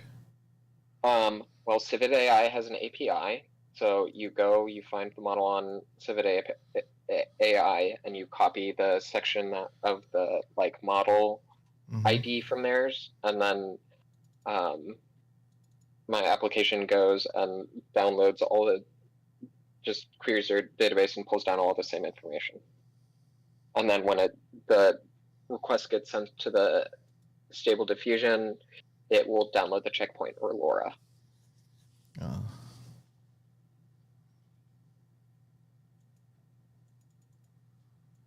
I'm trying to figure out why he's. Yeah, I don't have him muted. He has to figure out how to unmute himself. He's just definitely muted. Okay. Not by us.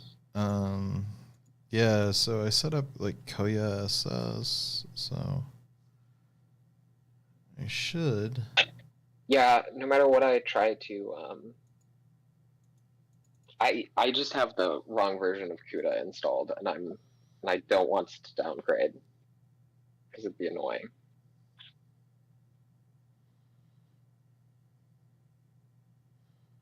I gotta figure out how to run this.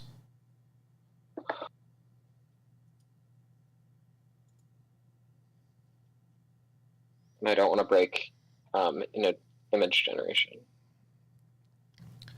Oh yeah, that's true.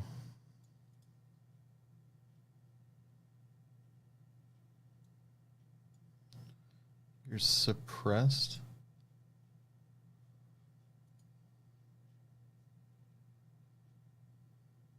Uh-oh.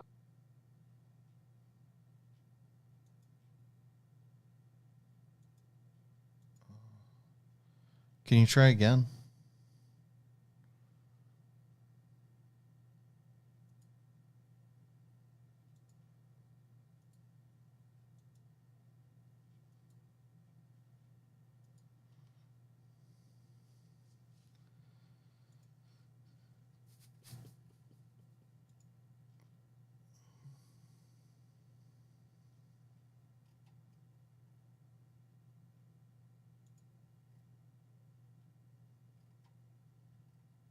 Servers.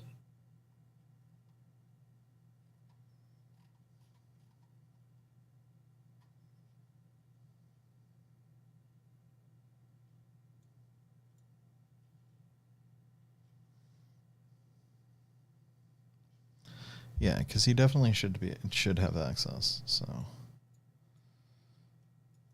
but I don't think I can edit roles on your server. No. Yeah, I think that. Oh, okay. Yeah. Now he's good. I can talk now finally. Hey, what's up? Howdy. I did not mean to do that. But I don't know what happened, but whatever. Yeah. And so I've been trying to figure this out. I don't know what model I should be using For what? to do the LoRa training. I'm gonna go back here, but Well, what are you trying to LoRa train? What do you mean? What am I trying to LoRa train? What? Or, sorry. What? Yeah.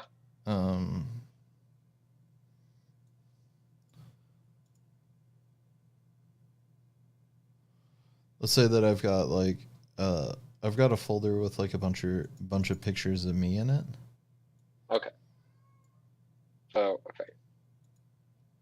I don't know. I don't know why I'm even pretending to give you any advice. I would just try it with a couple different models and do it.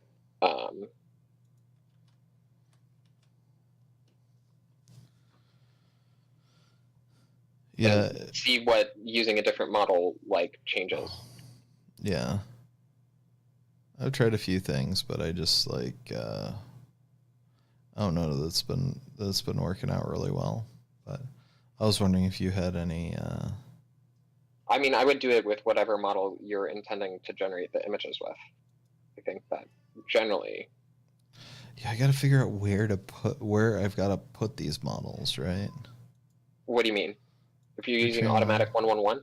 No, so to do this, I have to use Koya SS. Automatic doesn't seem to give me the ability to use. You have to use the Dream.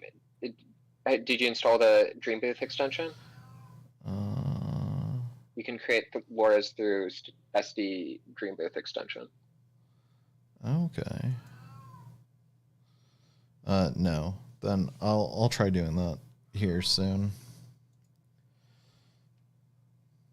So you're able to talk now? Yes, I can. All right. Got anything to add to our conversation to our argument about the efficacy of the F-35?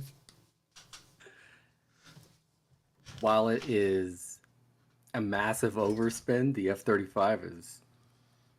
I mean, Easily the it's kinda second cool. best airplane made in the United States. Yeah, it's pretty cool, man. I mean, It's easily the second best airplane made by Lockheed Martin.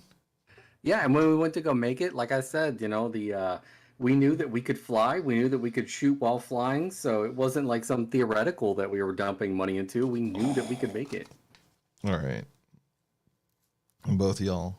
We know that But you're fusion on my works side. because the sun. We know that you can fuse. Yes, all of the suns that the U.S. government has built on the planet Earth before. Yeah. Okay.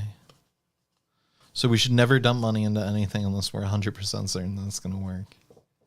No, I'm just saying that we shouldn't dump the same amount of money into speculative research for things we're not sure are going to pan out. It's not fair to compare spending on speculative research to spending on like actual manufactured products. That's true, but like at the same time, like the United States could like dump a ton of money. Like if we wanted to, we could like instead dump a ton of money into like existing fission power sources or whatever. Like currently the biggest issue with fission is that it just costs like a ton to build fission power plants. Yeah. We could like make that cheaper. We could subsidize it heavily or something like that, and then we could like have a bunch of like free electric power. Yeah, I don't disagree with that at all. Or close to free, and reduce dependence on foreign oil and all of that sort of stuff. I thought the maintenance cost on nuclear power plants were actually relatively high, and that's why we're not building more. But that's from like an article I didn't actually read. So I think that there are a couple of problems with power plants. Number one, the fact that like I think that there are some issues with like the types of power plants that got built in the US. It's my understanding that a lot of the power plants that were built in the US were specifically like one of the goals of them was to make the types of like their waste should contain the types of additional fissile materials that are needed to create nuclear warheads, right? I think that was like a requirement. I could be wrong. If I am wrong and somebody knows about it, like email me or whatever and I'll make a correction. But I feel like we could look this up. Yeah, my understanding of the way that it works is that we had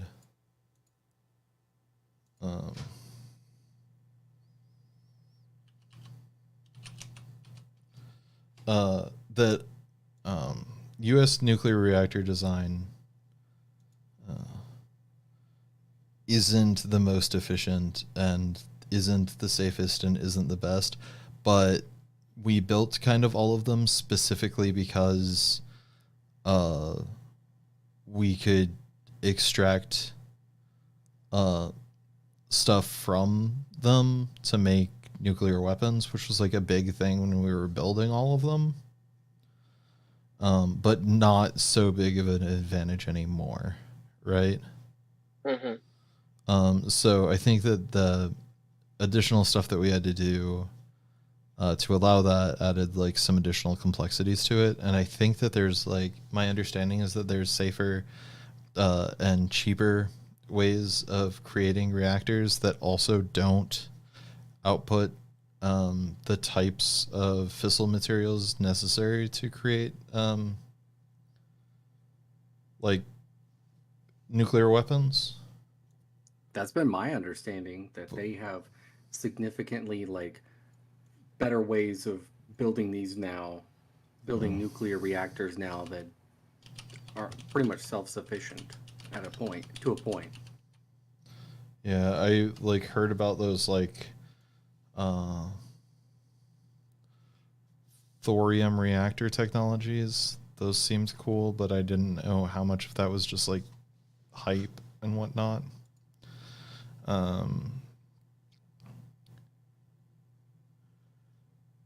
But okay, yeah, reactor types. So thermal neutron, fast neutron reactors.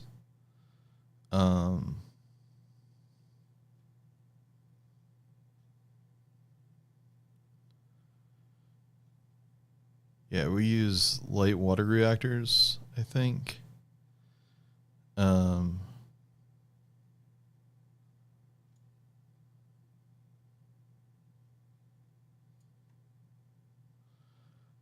But I've seen like people talking about these like molten salt reactors and stuff like that.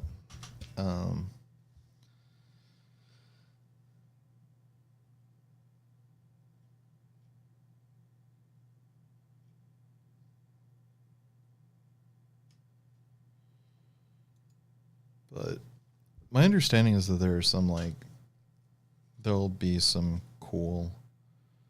It sounds like they are just not cost effective to run because fossil fuels are so cheap, based off like reading Wikipedia. Like in the past like 10 years, you have there have been like canceled projects because there's like a section on competitiveness, and basically like the development of some natural gas extraction and how expensive it is to like run nuclear power plants.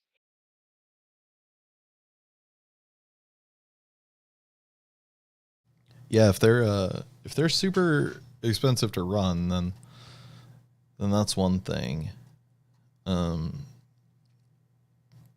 Which they probably are. So. Yeah. I think other issue with nuclear power is by the time you get to like, I think it's one of those things by where if you build it, you're like the cost incentives are always to delay because they're like the like return on investment is so long. I'm reading that there's like a 30-year cost recovery period on one of these things. So if you build one, by the time you've recovered cost, you would have like made more money by like building a new one, if that makes sense. Yeah. Which seems like an issue. Yeah, that does seem like an issue, but I don't know. Probably still worth like subsidizing and investing in them. Yeah, I just think that like a huge portion of our like military spending, which makes up a huge portion of the U.S. budget, and like I could be totally wrong on this. Like I want to like test my priors or something like that. Okay. I feel like we spend a lot of our defense budget ensuring energy stability.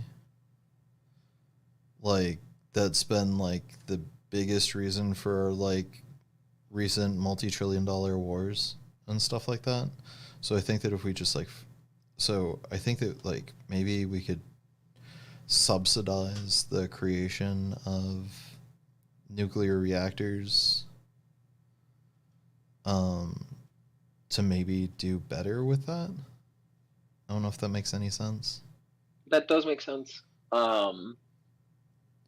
Like it feels to me like we could reduce defense spending and take the same amount of defense spending and put it into like nuclear and other clean energy programs and possibly reduce our need for additional defense spending because we're not as reliant on, the Middle East being stable. And I know that there are like other positive externalities of like the Middle East being a stable area, but Yeah. I'm trying to think of how to evaluate this. Is the majority of our military spending even like directly okay, outside of we can just like agree that the Iraq war was like dumb and bad, right? Sure. But it makes up like a huge portion, or it made up like a gigantic portion of our military spending. And so did like the Afghanistan war, right? Yeah. So if you like look at our military spending over like the past like 30 years or whatever, like It's been it's been like over 50% of our military spending has been supporting wars in the Middle East. Or I would be shocked if it was less than 50%. It's possible that it is.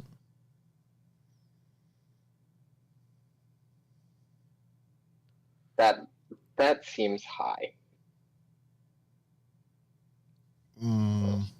So supporting wars in the here's the other issue is I'm not saying that it caused a 50% increase. So in the baseline where we didn't go to war in the Middle East any of those times, I'm not saying that we would be able to cut defense spending by 50%. What I'm saying is that like we maintain additional operating bases all over the world specifically to support those wars and stuff like that. It's not just the spending that happens in those locations, right? Yeah. How much a percentage of our military budget do you think goes to specifically supporting, providing that kind of support, like specifically in the Middle East to secure trade routes, to like secure oil, essentially?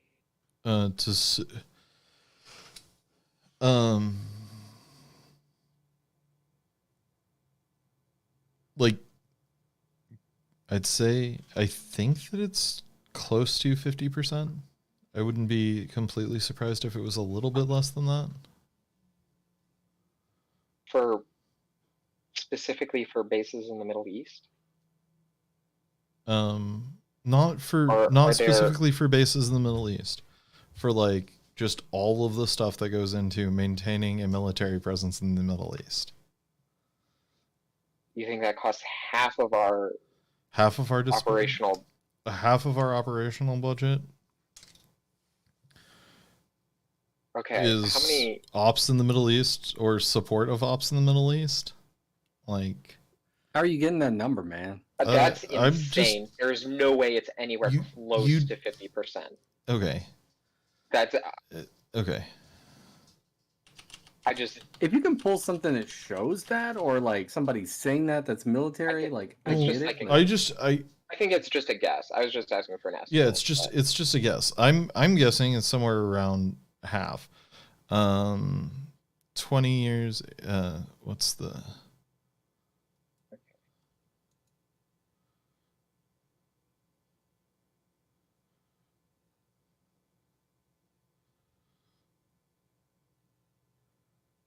Okay, so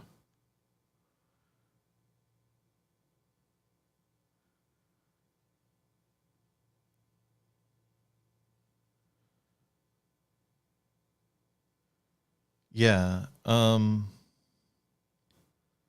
okay, I am off by a bit. What's a bit? What is?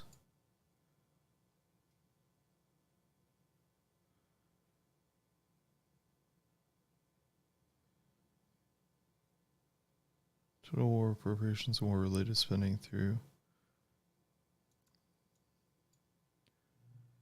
fiscal year 2020 to $8 billion. Or wait, 8 trillion. Okay.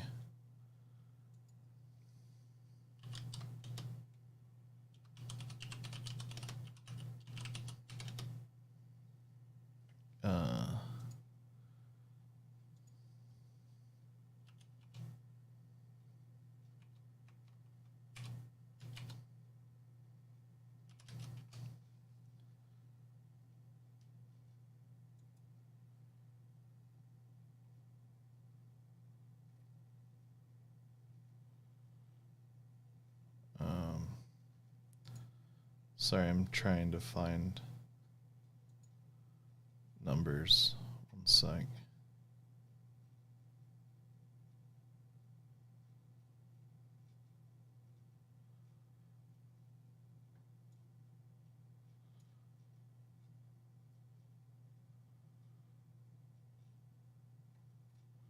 Does anybody have the military budget for the past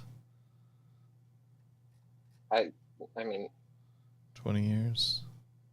here. DoD total? This is what I'm looking at, yeah. Yes, DoD total, USA spending.gov. But I don't think it has the breakdowns. You might be looking, you can like look at contracts and stuff.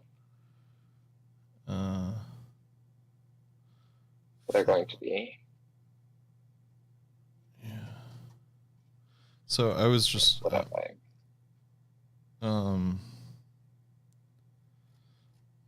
then the other thing I'm looking at is roughly like 40% of based off Peter G. Peterson Foundation, 40% of the DoD spending by category, at least in 2021, was operations and maintenance. And then for the other ones, it's like 20% procurement, 24% military personnel, and the rest is R&D and military construction, family housing stuff. So we're looking at 2001 through 2022. I don't know what the average here is, but I don't know if you checked, but my link has like a handy dandy graph also. yeah, I see that graph. 800, but yeah, it's less than $1 trillion a year, right? I'm sorry. On what? The defense spending is under $1 trillion per year. Is that what you're asking? Yeah. Yeah. Yeah, it's gone up to like almost 800 billion a year or more. Oh wait. OCO. That's what we need to look for. DoD OCO.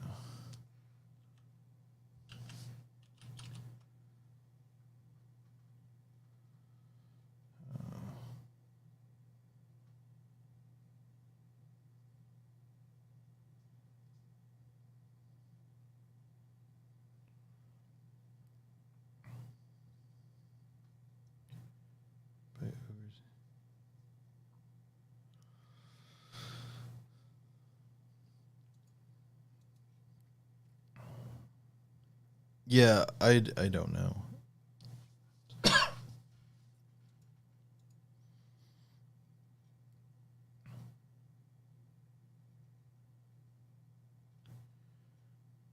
I found a budget estimate from Brown that says that the budgetary costs of post 9/11 war spending is $8 trillion.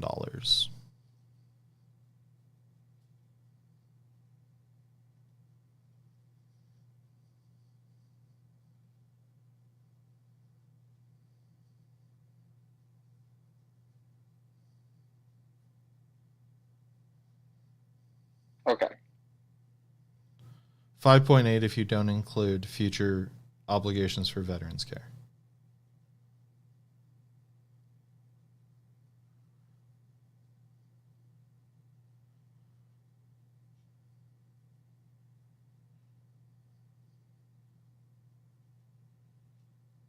But this does include interest on the debt accrued too. So, yeah, I don't know. Okay, my guess is that we do spend a lot of money maintaining bases, but the majority of them are not in the Middle East, and the majority of the maintenance costs go to uh,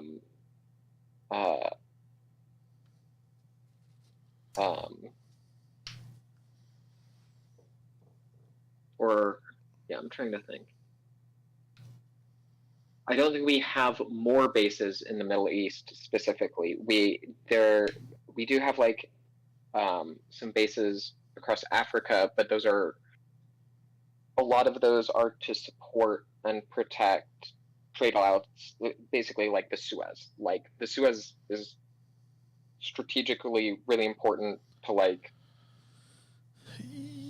keep safe and secure, and that's like a regional interest that is independently important, and someone like okay, but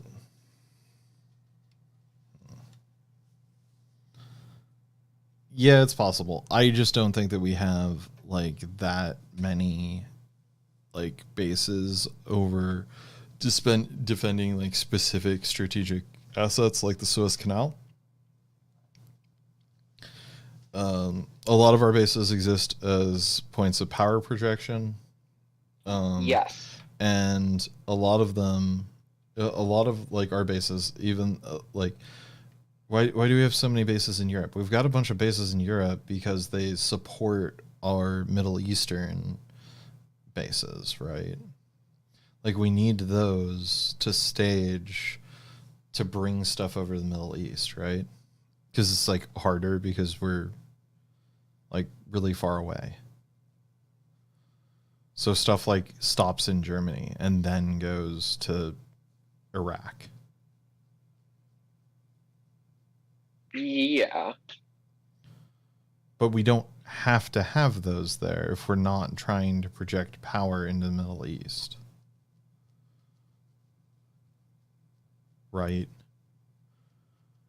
I think Do we even really need... Yes. Okay. Because we're still a part of NATO, and we still also project power into like Europe generally, right? Because we're part of a joint defensive alliance with a bunch of countries in Europe. Yes, but those countries don't... Sense. Yes, but Germany doesn't... But like Germany is a member of NATO, and no NATO countries have bases here in the United States, right? Why do we need to have bases in Germany? Germany doesn't have bases in the United States. Okay. Do you think Germany has the ability to project like any significant power into the United States, or has do they have like literally any strategic reason to project power into the United States?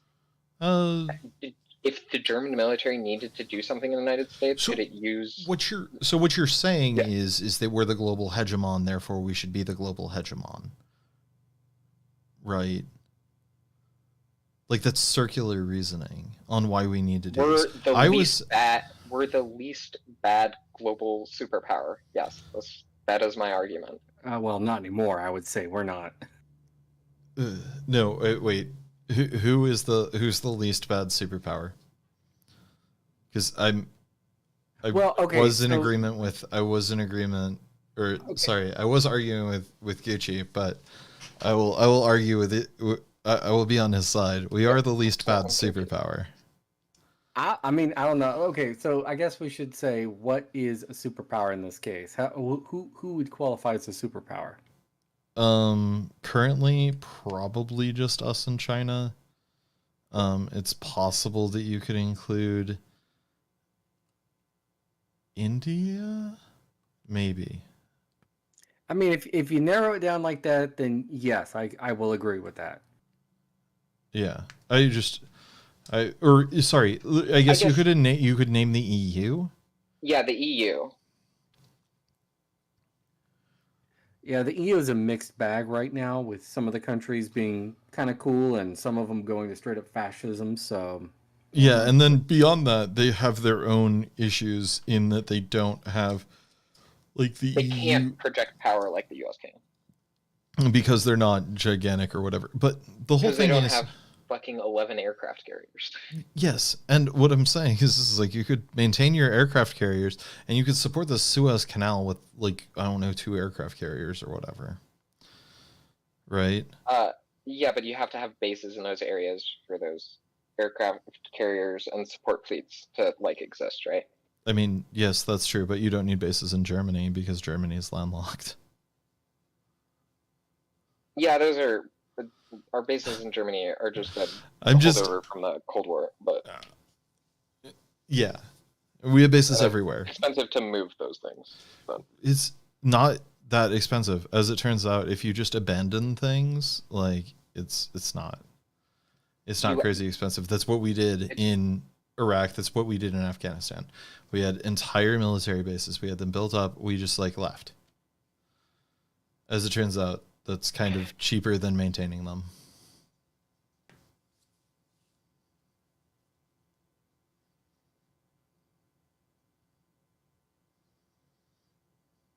sure, but we still need bases in Europe, right? I mean, I guess.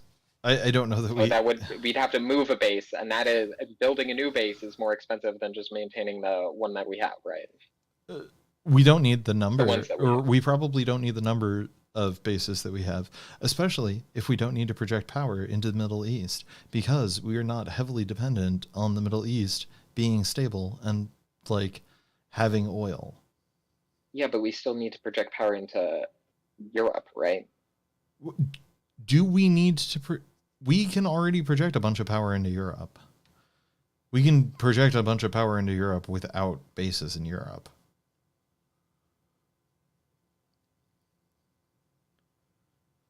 To quote, what's his name?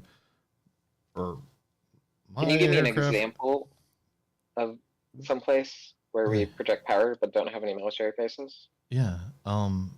Everywhere in the entire world, we project power. There is not a single place in which we cannot strike like within a couple of, or our time to strike might be longer, but like within, yeah. But even if we don't, like, we can launch cruise missiles. Like we can project power anywhere, even places that we don't maintain bases. And would we need to maintain some bases? I don't know, maybe, but like, I don't know. We have ICBMs, so we can project power literally anywhere. But we don't. Our nuclear umbrella spans the entire world.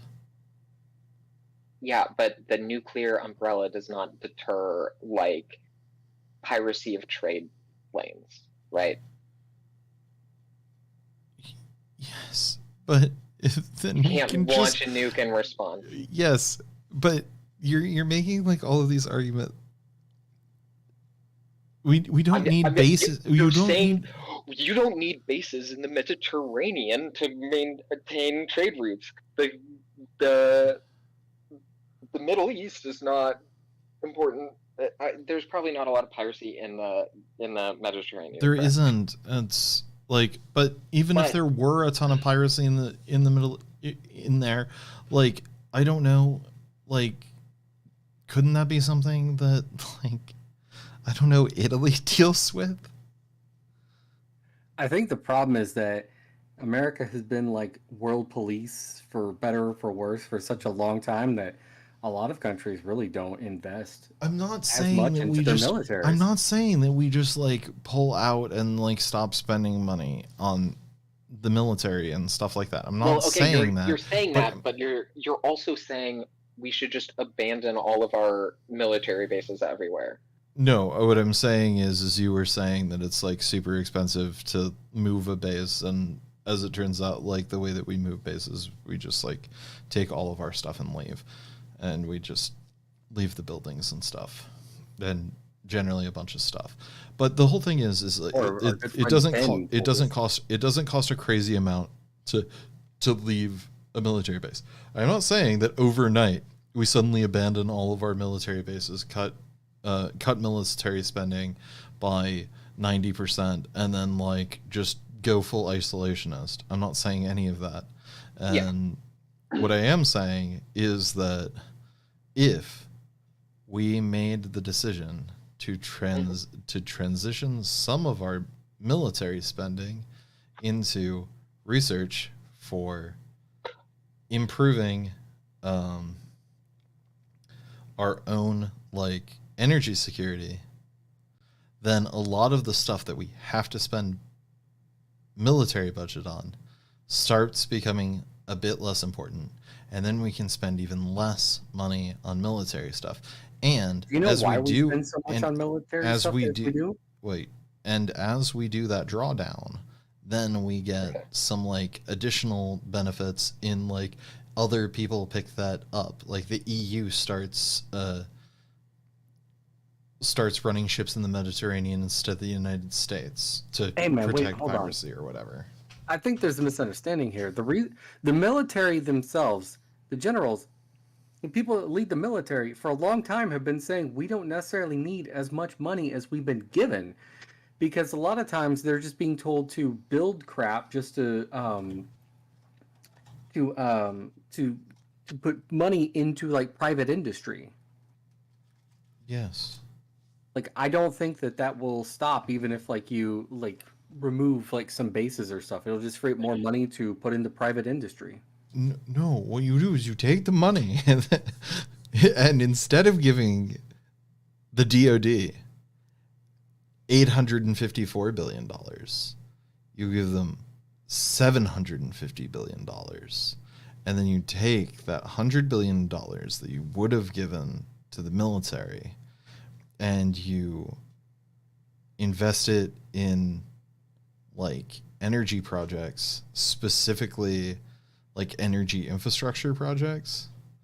Like either you start giving them a bunch of you invest another like you do like some sort of moonshot thing where you think that we can you invest like a large lump sum into doing fusion research, or you just like start giving a bunch of subsidies, or you just build out a national power grid with Yeah. like a bunch of like United States federally owned nuclear power plants. Yeah, I don't like necessarily disagree with this. I just don't think that that specifically abandoning like if we've like today abandoned all the bases that we specifically had to protect our interests in like oil rich countries, it would free up that much of the military budget. I think a lot of those bases would continue to exist for geostrategic reasons. But the geostrategic reasons are kind of not part of the reason. Like also, I think the majority of our bases are not in. Yeah, not there. Not in the Middle East. Is there someplace I'm forgetting about where we have a bunch of military bases specifically to protect like oil supplies? Or dedicate a bunch of resources for that? yeah. Where? Okay.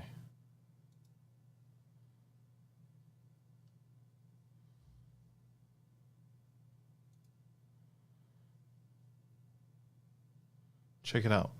I'm gonna say that these ones that we have here Okay. are ones that are primarily You don't. You about don't that. think that. Japan. You don't think that. Wait, I'm sorry. Turkey. You think we would? That the only reason we have any bases in Turkey? I'm not talking about. Okay, fine. Not Turkey. How about Saudi Arabia? How about Qatar? How Yes. about? Yeah. How I'm about looking at a map that shows like the listing of Spain where all the and bases are. And Portugal? there's only a lot of the countries you're looking at in Europe around there are Navy bases. All the ones in Turkey are Air Force. It's Yes, the ones in Turkey are to project power into the Middle East. It's like fine. I'm not saying, and it's not just about the military bases. It's about all of the other stuff that goes into waging wars in all of these countries and doing the military actions. That's where you get But those wars, that stuff wouldn't go away if we weren't oil dependent. A big reason that we Yes. Why do we? power. Go ahead. Oh, they absolutely could. We absolutely do not need to like go in and do Operation Iraqi Freedom or whatever. If we're not trying to maintain a low oil supply price. The concern is that this entire region goes up in flames and world oil production hits the tank. That is the reason why we intervene in the Middle East.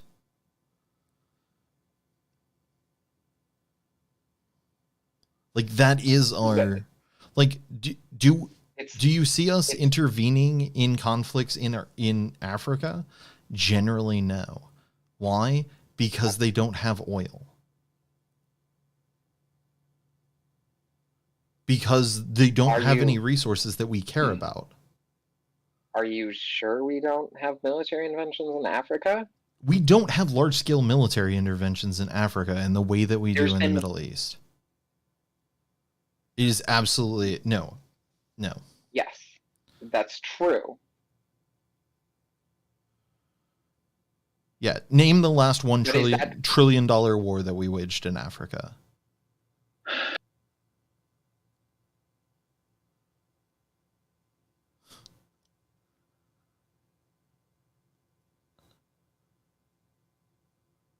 That is.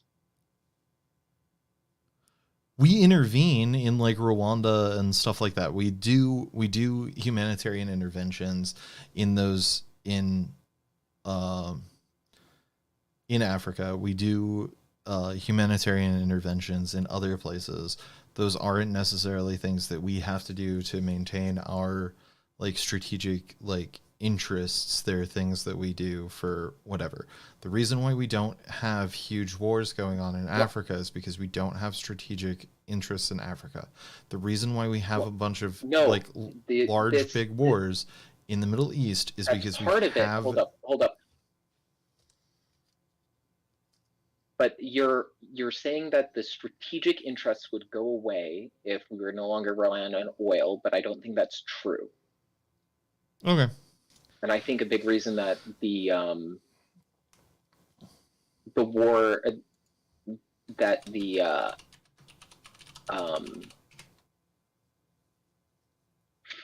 that conflict was so expensive and got so big was because it was a reaction to 9/11, obviously, and B because there are competing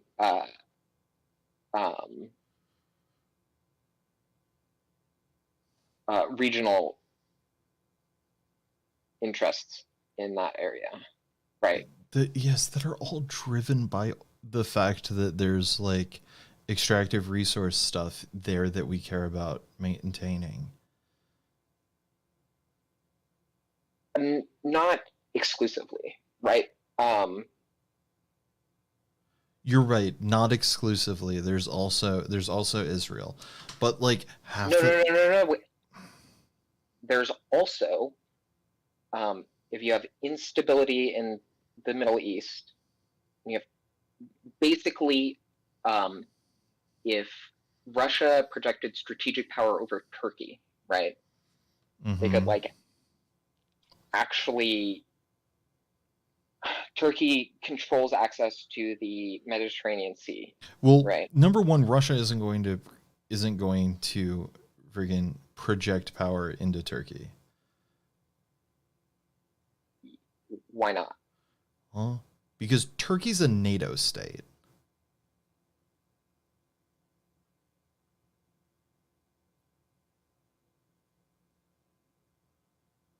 Okay. Yeah. Yes. That's why they're not invading. And yeah, we would go to war with Russia if they invaded Yes. Turkey, but and anybody else who invades Turkey.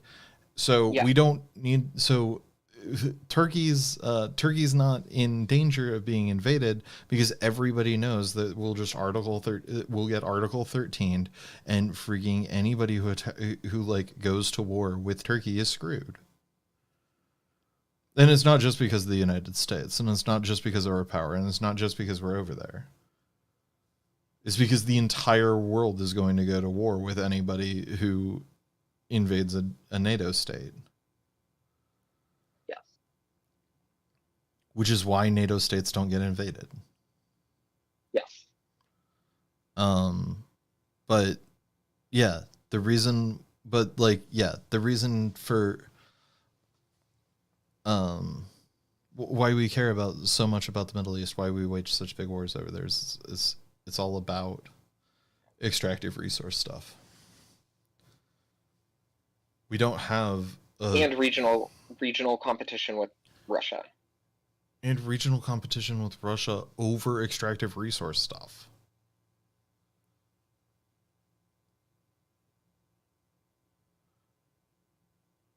Like, there's a reason why we don't fight over any, like China, I think, is trying to do a bunch of stuff in Africa. We're not fighting with China over stuff in Africa because there's not a bunch of extractive resource stuff that we care about.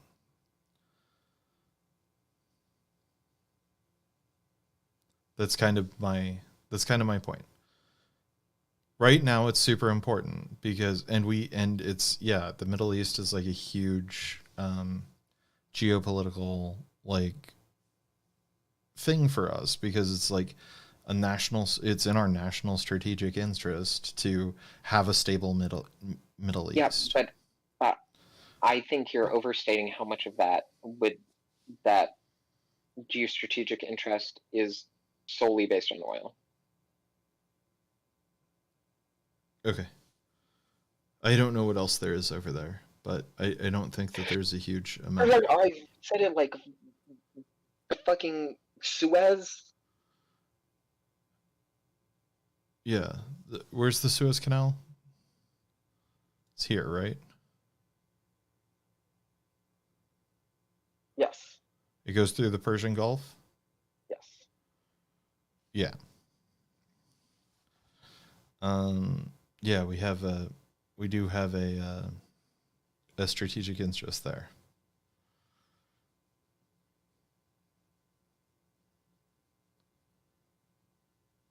And that's probably a good reason to keep propping up Saudi Arabia.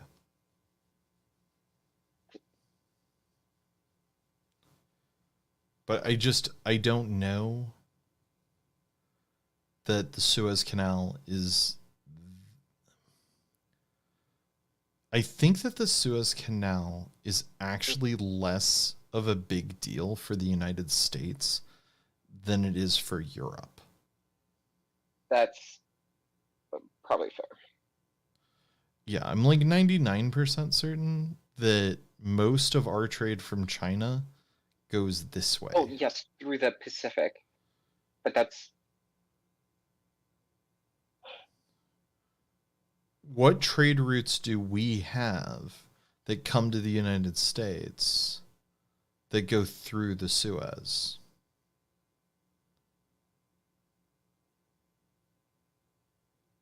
I'm sure that there are... That'd be trade with India, right?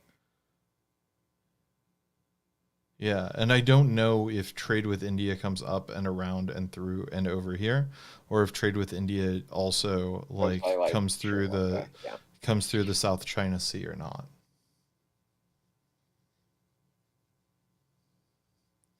I mean, we definitely have a reason um to like care about this area down here, the South China Sea or whatever. Look, okay, I'll just say I've been playing a bunch of Hearts of Iron 4. And that's Oh, why okay, I'm and that's why you're Suez, so yeah. like so up on the Suez. Yeah. Well, yeah, it's because it's just like is legitimately very important in the scope of. I'm not saying that it's not like super Europe. important in like yeah, but also if we stopped projecting power there, then maybe the EU would start projecting power there, right? The EU still has like a strong whatever, but we could stop like we don't need to be the global hegemon or whatever. I don't know. Maybe it's good that we still are, but like it's there's just a there yeah.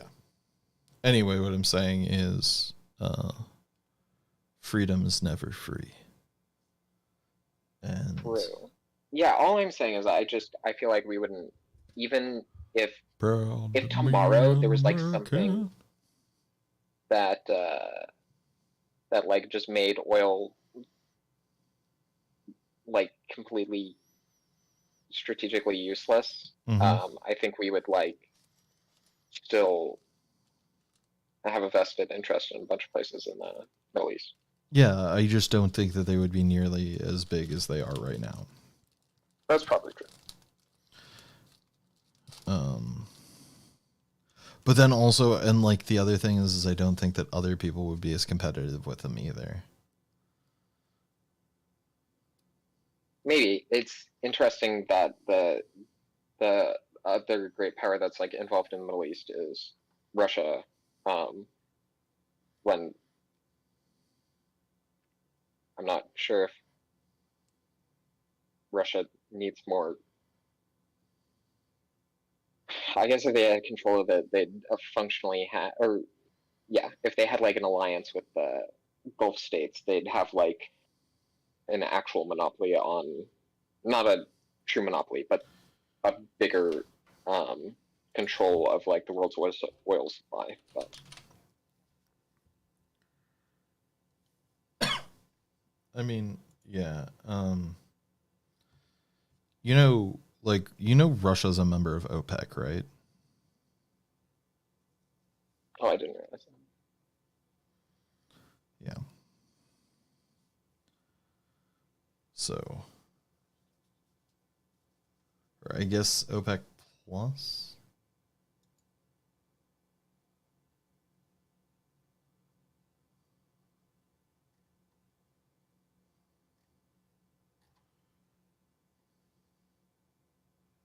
I'll be honest, I don't know what that. I have heard OPEC before. I don't know what that means. They just engage in like cartel behavior, right? It's like an oil cartel. Yes, it's the global oil cartel. And no, they're part of OPEC plus. My bad.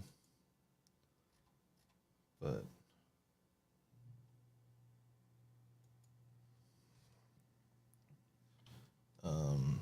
they're just yeah.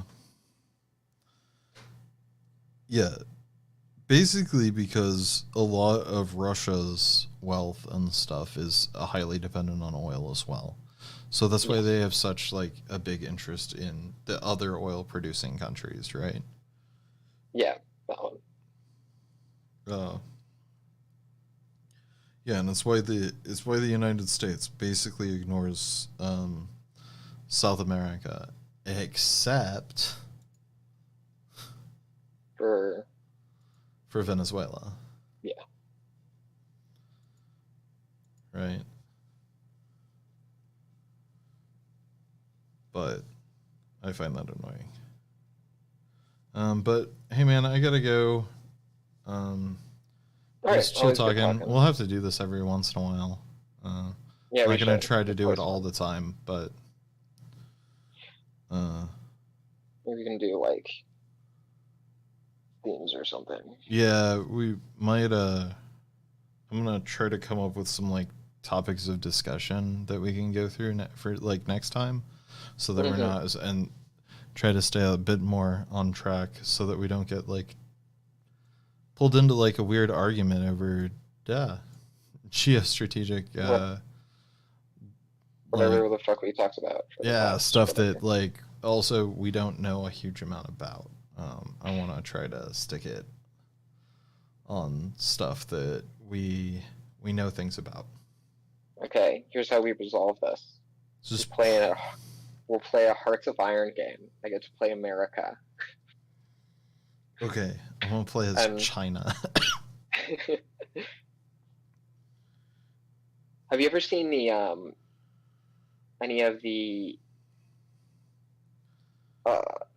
anybody ever do like a mega campaign of Paradox games?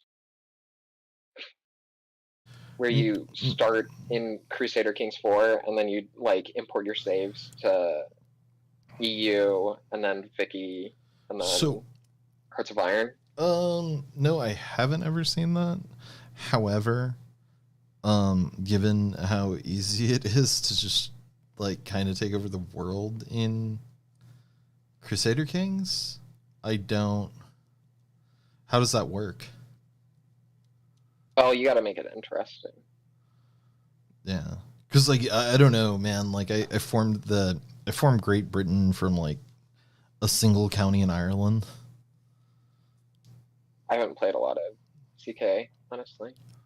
Yeah, I like Crusader Kings. Crusader Kings is like my favorite out of those. But it's also the one that I like dumped enough time into to really have a good understanding of what's going on. Yeah, that's kind of how it works. I just like... I still don't understand how trade works in EU4. Yeah, I don't think anyone does. I want to try out Victoria at some point, but I'll probably wait until... Apparently the like combat in Vic 3 is like just unplayably bad. Yeah.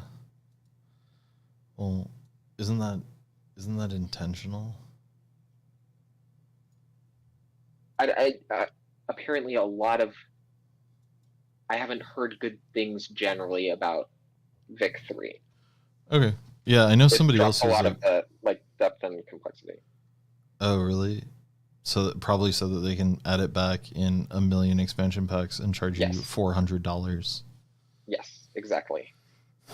The classic paradox. All right, man. Well, I'll let you go. It was cool. Yeah, it was good talking. All right, yeah. Sayonara. All right, peace. I'll hop out the Discord. See ya.